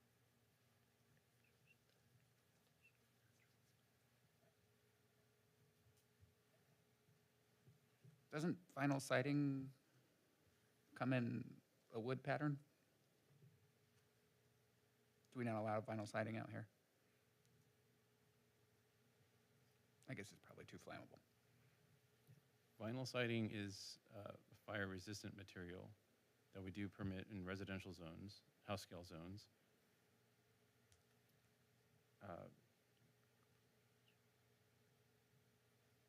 And I'm certain I've seen it, that it has that faux wood pattern on it, right? That is right. And so is that what we're excluding here? For commercial corridors and building facade using vinyl panel might tend to, warp, discolor over time. But in the house, what's, Or, I think yeah, multifamily. I think I was confused earlier when I said that. There is a difference there from vinyl and cementitious Right. siding. That does, But is Have that faux cement pattern. board considered composite material? yeah, that would be, vinyl or composite also falls within that. So we Yeah, don't so- want fiber cement board? Is that what it's saying? you're only allowed to use fiber cement board, but you can't use fiber cement board. From a fire perspective, we have to use the cementitious board, right? Yes. That is But- correct, to but- your point. There Yeah. If can't it, be if a it looks full- like wood, we can't use it. Are they making us? That is up to the commission if they don't want to have these composite materials look like otherwise natural materials, we can exclude that. Well, I mean, so to the director's point, vinyl may not last, but certainly cementitious board would. And it's very common in Sierra Madre to see that wood look, and we can achieve it with cementitious board, but we wouldn't be able to with this addition. Am I thinking about that right? That is correct. Okay. To your point, yes. Yeah, I think we need to either figure out what we were solving for on D or strike it. And I think E has the same problem, because I don't know what an unnatural brick is, but I'm assuming that natural brick would be just the red brick that's No, there. natural brick. And It seems to me these are quality qualifiers. Like these would be things where you're looking for high-end I want to say high-end finishes, but you don't want to have unnatural materials being used to represent something that would typically be of a higher end nature, right? So Right. finished carpet. So that's I think that's what these are getting at. I don't know that we want to go to that extent. But I mean- that's not necessarily on E, but that's what I'm taking away from D is like, Yeah. you're not going to use metal, vinyl, composite materials to represent that's synthetic to represent something that you would find naturally appealing in a higher end composition, right? Architectural composition, I Right. think. I think you're right on that. I think that's what's being suggested. I don't know that we want to go there. Though. Yeah. Yeah, think you're right. our architect here responded that vinyl typically does not uphold or last long over time and with weather conditions. And we've seen a lot of residential developments wanting to use vinyl panels. Yeah, and I have no Issue problem, with vinyl. I have no problem striking vinyl. Yeah. It was more the composite, or leaving vinyl in, I meant. It's the composite materials, I think. We've just gone through a big effort to change the code post-fire so that cementitious board could replace wood. Got it. And we've tried to make it very easy for people. And so then coming back and precluding it in this area, I think is not a great look. Exactly. So, Commissioner, just so I'm clear, I'm wondering if you wanted to maintain the exclusion of those synthetic materials that mimic the natural materials, or include all synthetic materials, whether they're mimicking the natural materials or not.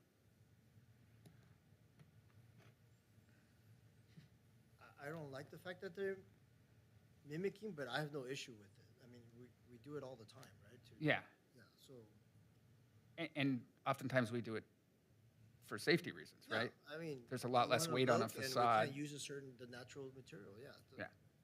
River rock would be excluded in E, right? And that's something we probably, I mean, you can't take away river rock from this community. The way Painted river Painted. rock. Right. Yeah, you can't paint the river rock. The way I'm white. reading E is natural materials may be used, but not if they are coated or They're colored. either Keep them painted in or keep them in coated. their Okay. natural state. That is is correct. basically what it is. Yes. I read that wrong. Thank you for that correction. So it's limiting basically whatever the brand where they have, they create the look of the rocks, but yeah, okay, got it. And this is painting bricks, right? People get tired of the red brick and they paint it all white. Yeah, You wouldn't be allowed to do that. right.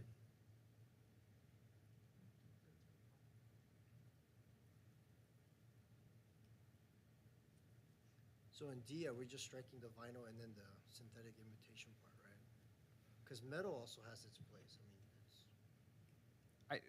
I think we need to revisit D and figure out what we were trying to solve for there. And decide if it can be saved or needs to be struck. Because I agree, I think metal is fine, I think composite materials are fine. I'm also totally happy to exclude vinyl. yes.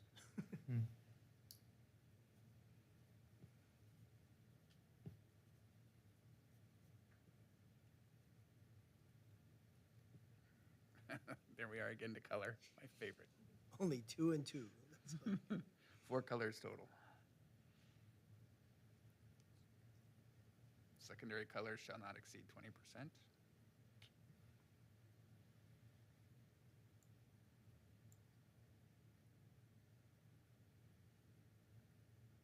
Well, that's interesting. So each masonry, stone, or precast concrete material counts as one of the permitted primary or secondary colors. In its natural state. So if you have that, you're bound to one more. And that's one of the things that we are encouraging is using different materials to help offset where you're not actually doing wall plane change, right? So if you started with a stone base and then a color and did a secondary color somewhere, and then you had circulation stairs on the outside that are supposed to be set back, and they have another color, now you're locked out of colors. Is that, I guess, There have been a good number of projects that are sort of an uncoordinated, mass of many colors. And so we're seeking to provide some curbs on that. okay. This is not our last bite at this apple. If but- we start getting if the gas station gets painted yellow again, or the wall next to the gas station, then we can revisit this, right?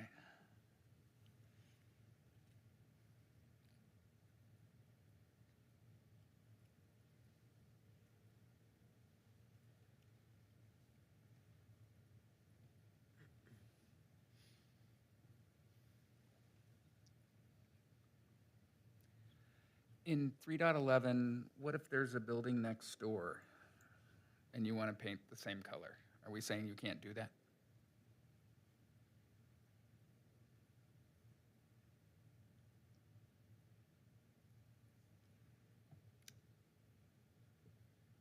It's talking about trim, windows, doors. Storefronts, what's a storefront? Yeah, that's a fair point. Yeah, we should probably strike that. What part, just the storefronts? or- Storefronts, yeah. Yeah. Key architectural, Got it's it. missing a word there too. Yeah. Yeah, Features. key architectural features. Yeah. Mm-hmm.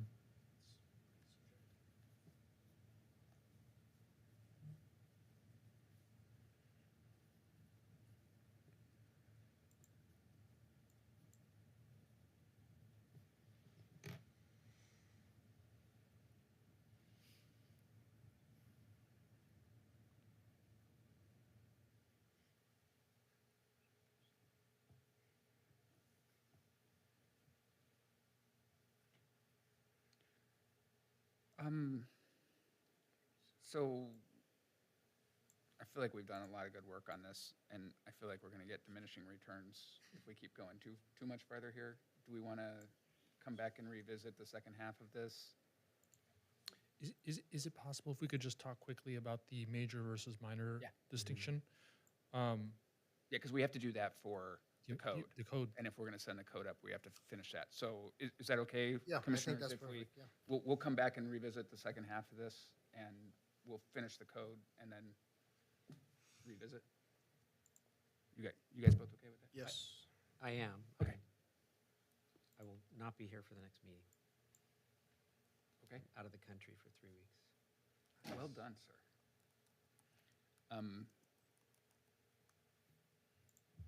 We may want to hold it over to the next one. We will still beat the city councils going live, so. Okay. Please, Mr. City Attorney. Just a thought and a question for our consultant. The thought is, with respect to the distinction between minor and major amendments, and this is really a question, does it make sense for that distinction to be based on the number of proposed amendments being made as opposed to their significance? Is my first question. And my second question is, if this is to be made part of the code, how does staff foresee this playing into the variance process? Mr. City Attorney, can I ask you a question? You mentioned major and minor amendments, right? Right. I just want to make sure we're on that topic and not relating to exceptions and exemptions of the code. I think that's what we are Amendments. saying. We're saying, Amendments. because it say you may request up to 3 minor exemptions. And so if you say that minors are okay, it implies that there could be majors that are not, I think is the natural leap that we were taking. Yeah, but I'm specifically talking about 1750-050. I'm focusing on amendments to the objective design standards. So- So if I'm understanding correctly, that one doesn't have to be objective. We can make that determination regarding significance.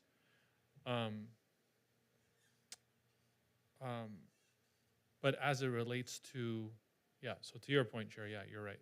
As it relates to exceptions and exemptions, to avoid determinations of, there is no minor, I guess, minor that. Never mind, retracted. So we were both using minor and major, and he was looking at one section, I was looking at the other. I was looking at exemptions, he was looking at updating the design standards. Yeah, but I guess the standards don't need to be, the process for updating the standards themselves don't need to be subject to objectivity, right? We can exercise, or the commission can exercise its subjective judgment as to what is significant or not significant in updating those standards. It's just that when you adopt those standards and you apply it to the developer, that has to be objective. So never mind, I had initial concern about when I read that, but I don't have that concern anymore. Okay. So then, I guess the other part is, we say that you're allowed up to 3 minor exceptions or exemptions. Do we want to either, I think it would be really hard to go through and label every single one a minor or a major. I think that we should leave it to the discretion of the department to make that decision. Does that make sense? Yes. How does the department feel about being delegated the differences between a minor or greater than a minor? And does the city attorney have concerns about that? Yeah, no, we should strike minor, definitely. Same issue. That distinction between minor and major as it relates to the application to the developer shouldn't exist, unless we define the term minor. Well, I guess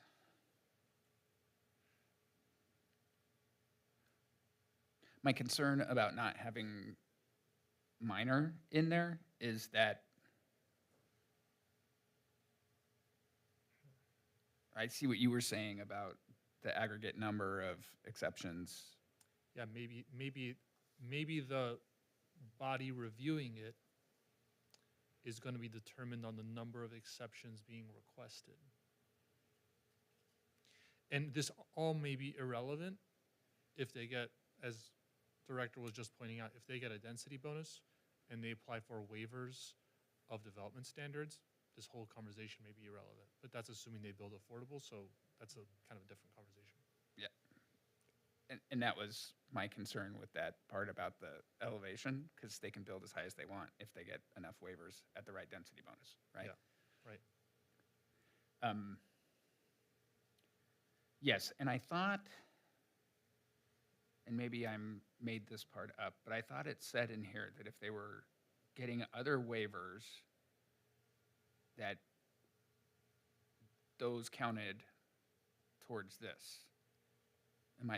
Did I remember that in the code? That if they get a waiver for some kind of state code, that would count towards these 3? That is correct. Under paragraph 3, density bonus, so if you scroll down a little bit, the waivers afforded under density bonus would count toward one of the waivers here. But the waivers under density bonus are unlimited. Yeah, so I think they should get one or the other. I think we might want to add that if they're taking advantage of density bonuses, that they're not entitled to waivers or So exceptions or a waiver, exemptions. any one waiver under these standards where there's a project proposing a density bonus, affordable housing, if they are granted a waiver under these exceptions, they're also granted a waiver under density bonus. So I guess I'm having trouble as we're talking through this, figuring out when the process for exceptions and exemptions would ever apply if there's an affordable project that qualifies for a waiver under density bonus. They just apply for the waiver and they don't have to worry about anything else, right?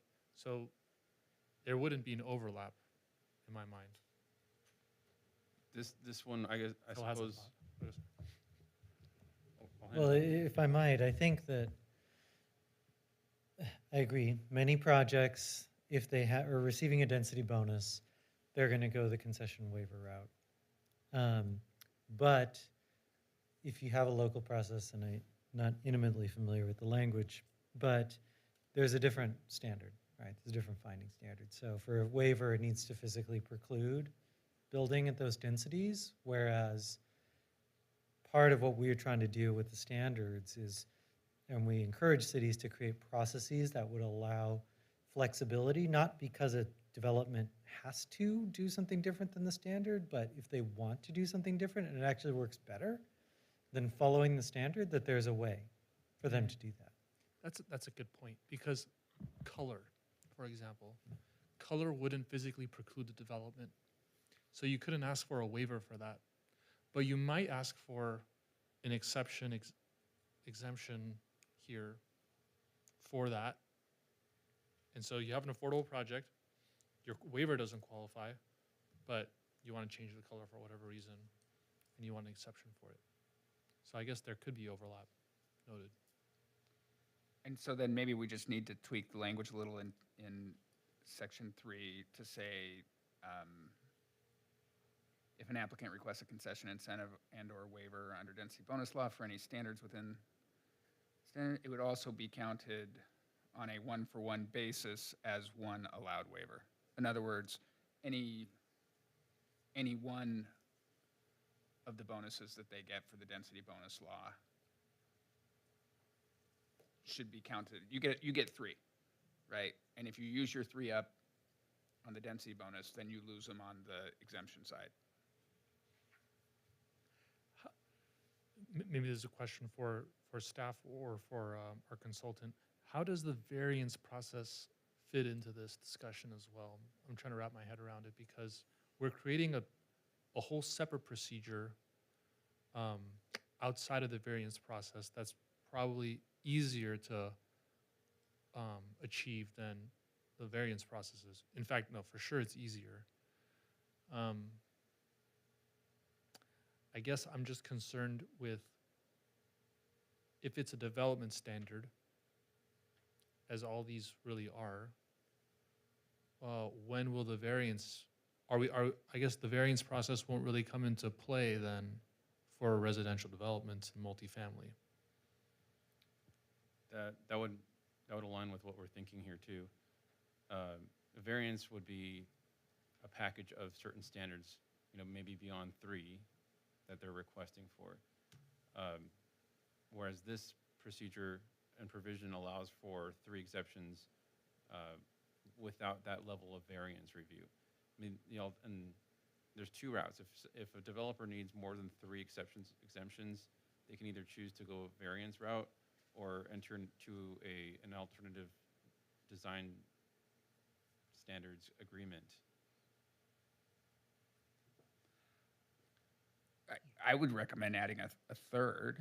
I mean, right now we're saying the director has decision-making authority over the exception exemption and the alternative standards agreement. If somebody wants more than 3, why don't they just appeal to the committee, to the planning commission? For variance.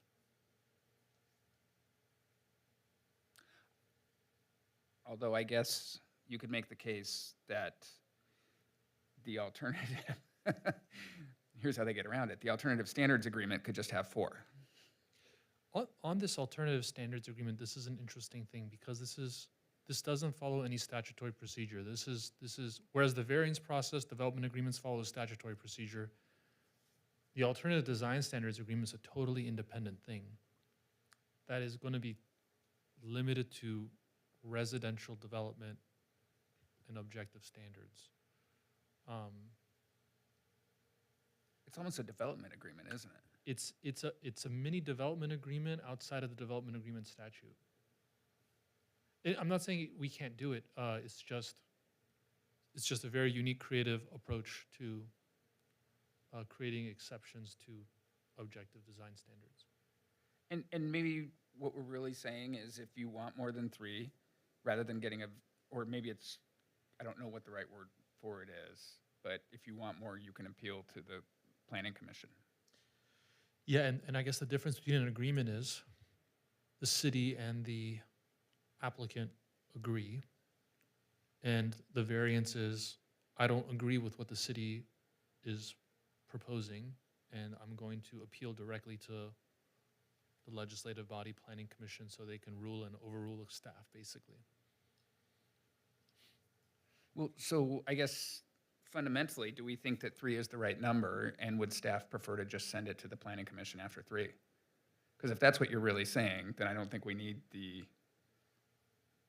nuance of the alternative standards agreement. And as I'm thinking through it, like,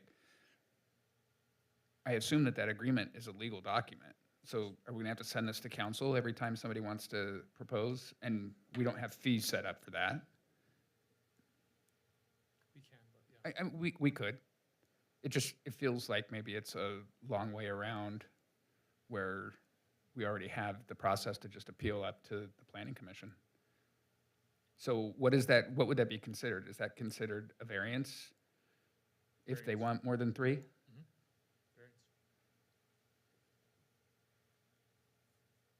But the analysis would be totally different under the variance. You'd have to show that your property is somehow uniquely impacted by topographical, whatever other conditions on the site. So very difficult to get a variance, much easier to get this exception exemption. That's interesting. Because the findings that we have to make for variances are pretty, And those are statutory findings. We Yeah. can't vary from those. which makes then the standards agreement more.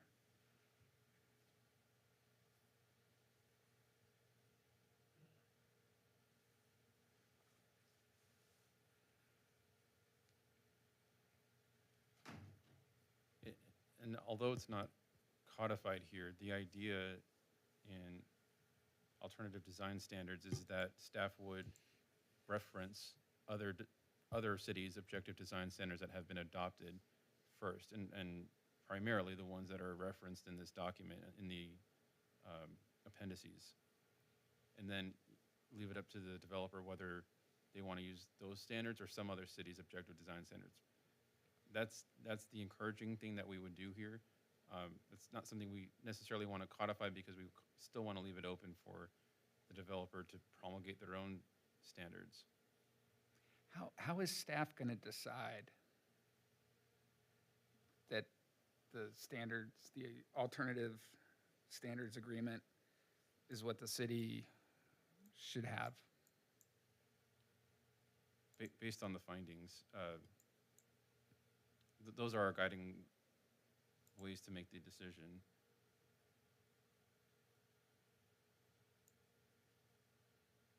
So alternative standards would be approved. You know, on the first finding here is that Sierra Madre's objective design standards is too strict and unnecessarily limits what maximum number of units could be allowed under our code in some way or fashion.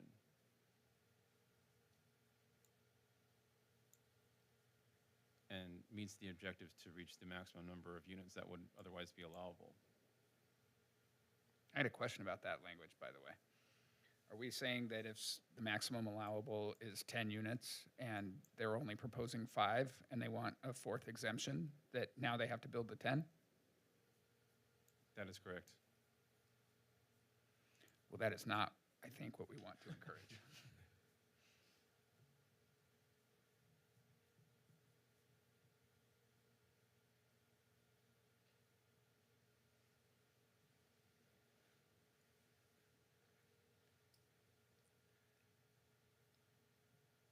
You know, to point out the limitation under SB 330 and the Housing Accountability Act is that you can't exercise your discretion if someone is meeting the code.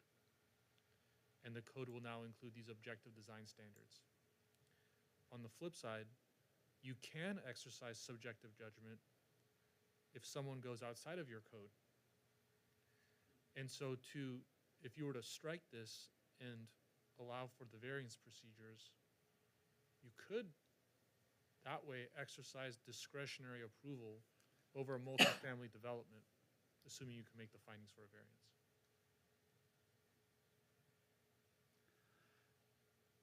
If we might ask our consultant for a little guidance here, or a little insight, on the cities who have this code live already, do you have a sense of how many exceptions other cities are providing and how close to that limit development's happening, or is it just too early? Yeah, so the ones that have been through the planning commission hearing to this point, they have not actually established another procedure for exceptions, but prior to this, we prepared some objective design standards in the city of Inglewood, and that has, they call it an adjustment procedure. And the adjustment procedure has very low findings. So it's basically just, the project meets the intent of the design standards. And there is a director determination. There is I think there is noticing. There's some like very minimal noticing, but there's only a hearing if somebody calls for it. And that's kind of how they handle it. But Phil, I think that also might be problematic because the housing accountability language is pretty broad, and it contemplates all necessary approvals for purposes of achieving the entitlements. And I would assume that it would capture alternative design standards agreements under the Housing Accountability Act. And therefore, these findings themselves would probably need to be objective. So like to include a finding that says it meets the intent, I wonder if that would satisfy the Housing Accountability Act's objective requirements for findings for permits. Because I assume this would be like an entitlement, even though it's framed as an agreement. So I feel like you're pushing us for closer and closer to getting people to just ask for a variance. Because I do have the question of if we provide people with some other cities' alternative standards, is the next person who comes along because of that precedent entitled to use that set of standards as well? Well, we would need to differentiate them in order to not be accused of showing some kind of bias. But this is an agreement. It's not an entitlement in the same sense that like a permit is. So because it's an agreement, it's a legislative approval, I would think. This is a difficult one. It seems like a legislative approval, but I think it's also subject to the Housing Accountability Act. So it doesn't have the due process rules that like a permit would have. But it's still subject to the Housing Accountability Act's rules regarding objectivity. This is a very unique situation. I don't think state law contemplates it because this framework doesn't exist under state law.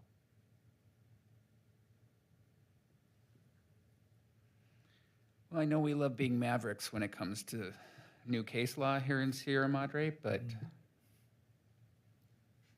I suspect maybe going the variance route might be the safer one for now, at least until there's case law that really shows a path forward here that's a good fit for us. Yeah, I would not recommend the variance route because, again, those findings are pretty, you have to show that the property has some feature that makes it so the application of these standards is not possible. And so I don't think that's what you're wanting to do, especially with some of these minor things that we've talked about today. I mean, Well, yes, I hear what you're saying, but by the same token, at a certain point,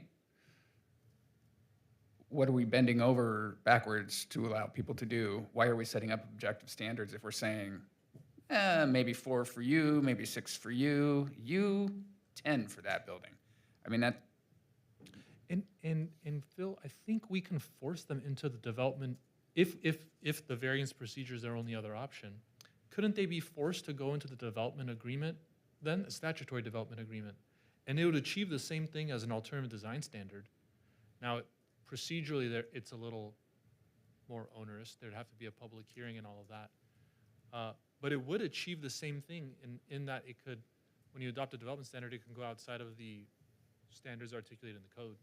it would. It's just, we think that our experience is that most developers would not do that, right? If they have an easy way to comply, which is Yeah. meet the standard, even if it's less elegant than some creative and interesting and cool solution that they've developed for the specific location in which they're building, in the specific building, they'll just take the easy way out. So we recognize the limitation of this. I mean, I think that the fact that I'm here presenting objective design standards to you does not necessarily mean that I think objective design standards are the best way to encourage great design in cities, you know. It is a response to state law. Right. But I think actually, to the extent that you can encourage a little bit more discretionary kind of back and forth between the city and the applicant to make a really good project. That's a good thing. You want to encourage that. But the two tools that we have have them follow the objective design standards or apply for variance. Right? I mean, at a certain point, we lose, what is it that we're achieving by having design objective standards or objective design standards at all if we're not going to make them be followed? If we don't have the luxury of objectivity, of being able to say in front of everybody, hey, you know what, I really like the feel of this house. I can't tell you why, but I'm fine with 5 exceptions. Mm-hmm. In this house, no, I think you need to stick to the 3. State has taken that ability away from us. So if we don't put a number of exemptions or exceptions in there, I guess the code doesn't have any teeth, right?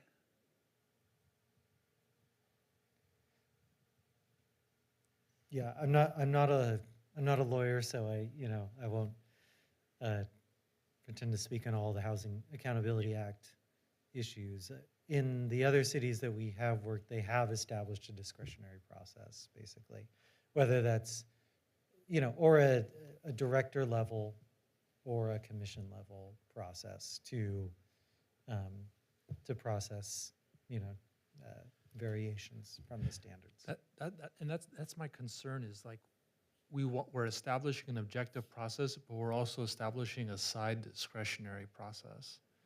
And I don't know that we can have both. Like, my concern is this agreement somehow, if it is captured, if I'm correct, and it is captured under the Housing Accountability Act, it would be unenforceable. And what about a ministerial level additional exemptions? I mean, these exemptions and exceptions that exist, I think they're fine. The city can always waive standards. But if we're going to create findings to waive the standards, those findings need to be objective, which is the whole reason why we can't use a lot of our design review findings, because those design review findings aren't objective. Well, in the same way, these exceptions and exemption findings must also be objective, I think. You might look at, so the city of LA has, it's called expanded administrative review, which is, it's sort of, it is, they consider it administrative, but it is at a higher level. It's a director level or something, as opposed to a line staff level. And, certain projects that that vary from some of the standards are kicked up to that. Chair, I believe the city council's meeting at least twice in June. There are no meetings canceled just one meeting in June? There's 2 in June. Right, and 1 in July. We have we'll have another meeting in May at the Planning Commission. It might make sense for staff to think through this ordinance once more, given Okay. the feedback. And to be clear, the date that we have to hit for this funding we'll probably get reimbursed or something, I assume. Is that it? For the work that's already happened? It doesn't matter. The date that we have to hit, we have to have, like, the city council done their first reading, done their second reading, the 30 days, what is the actual, Second reading is adoption, so. okay. And right now, we have, with the city council scheduled, a May 26th first reading, which will land a second reading on June 9th. And before the first reading, there is the May 21st Planning Commission meeting that we can continue this hearing.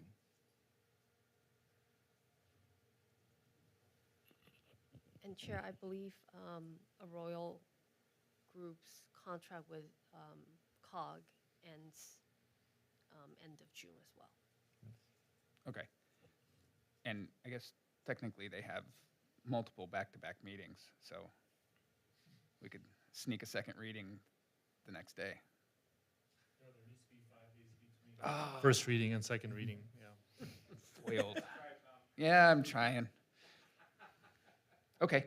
I just don't think we have what we need to get through it tonight.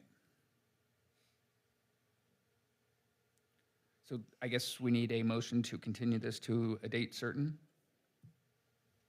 of, it would be May 21st.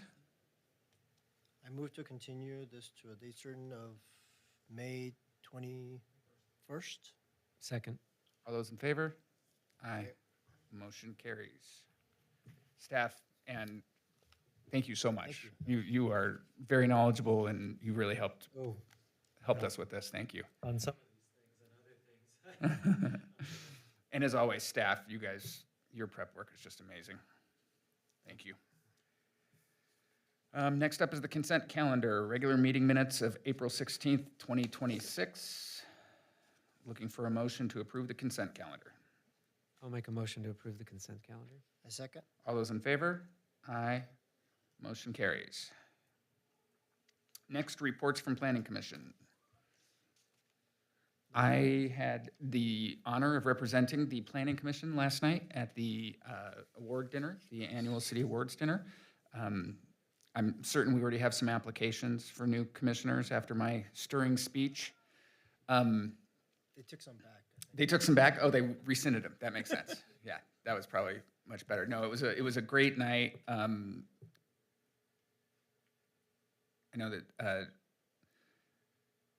they had all the commissioners that were there speak, and it was just a great evening to see everybody get the awards, and city staff. Some of the city staff members got some awards, and so it was great. So thank you to all of those. If any of you helped with that or participated, I know I saw the director there. But other than that, I have nothing else. Anything from staff? Chair, so our next meeting is May 21st. We have a application for variance for 14 East Sierra Madre Boulevard, Taylor's Market. And we'll continue the objective design standard. Okay, Concludes my report. great, thank you. Anything else? Then we will go ahead and adjourn. Thank you, everybody.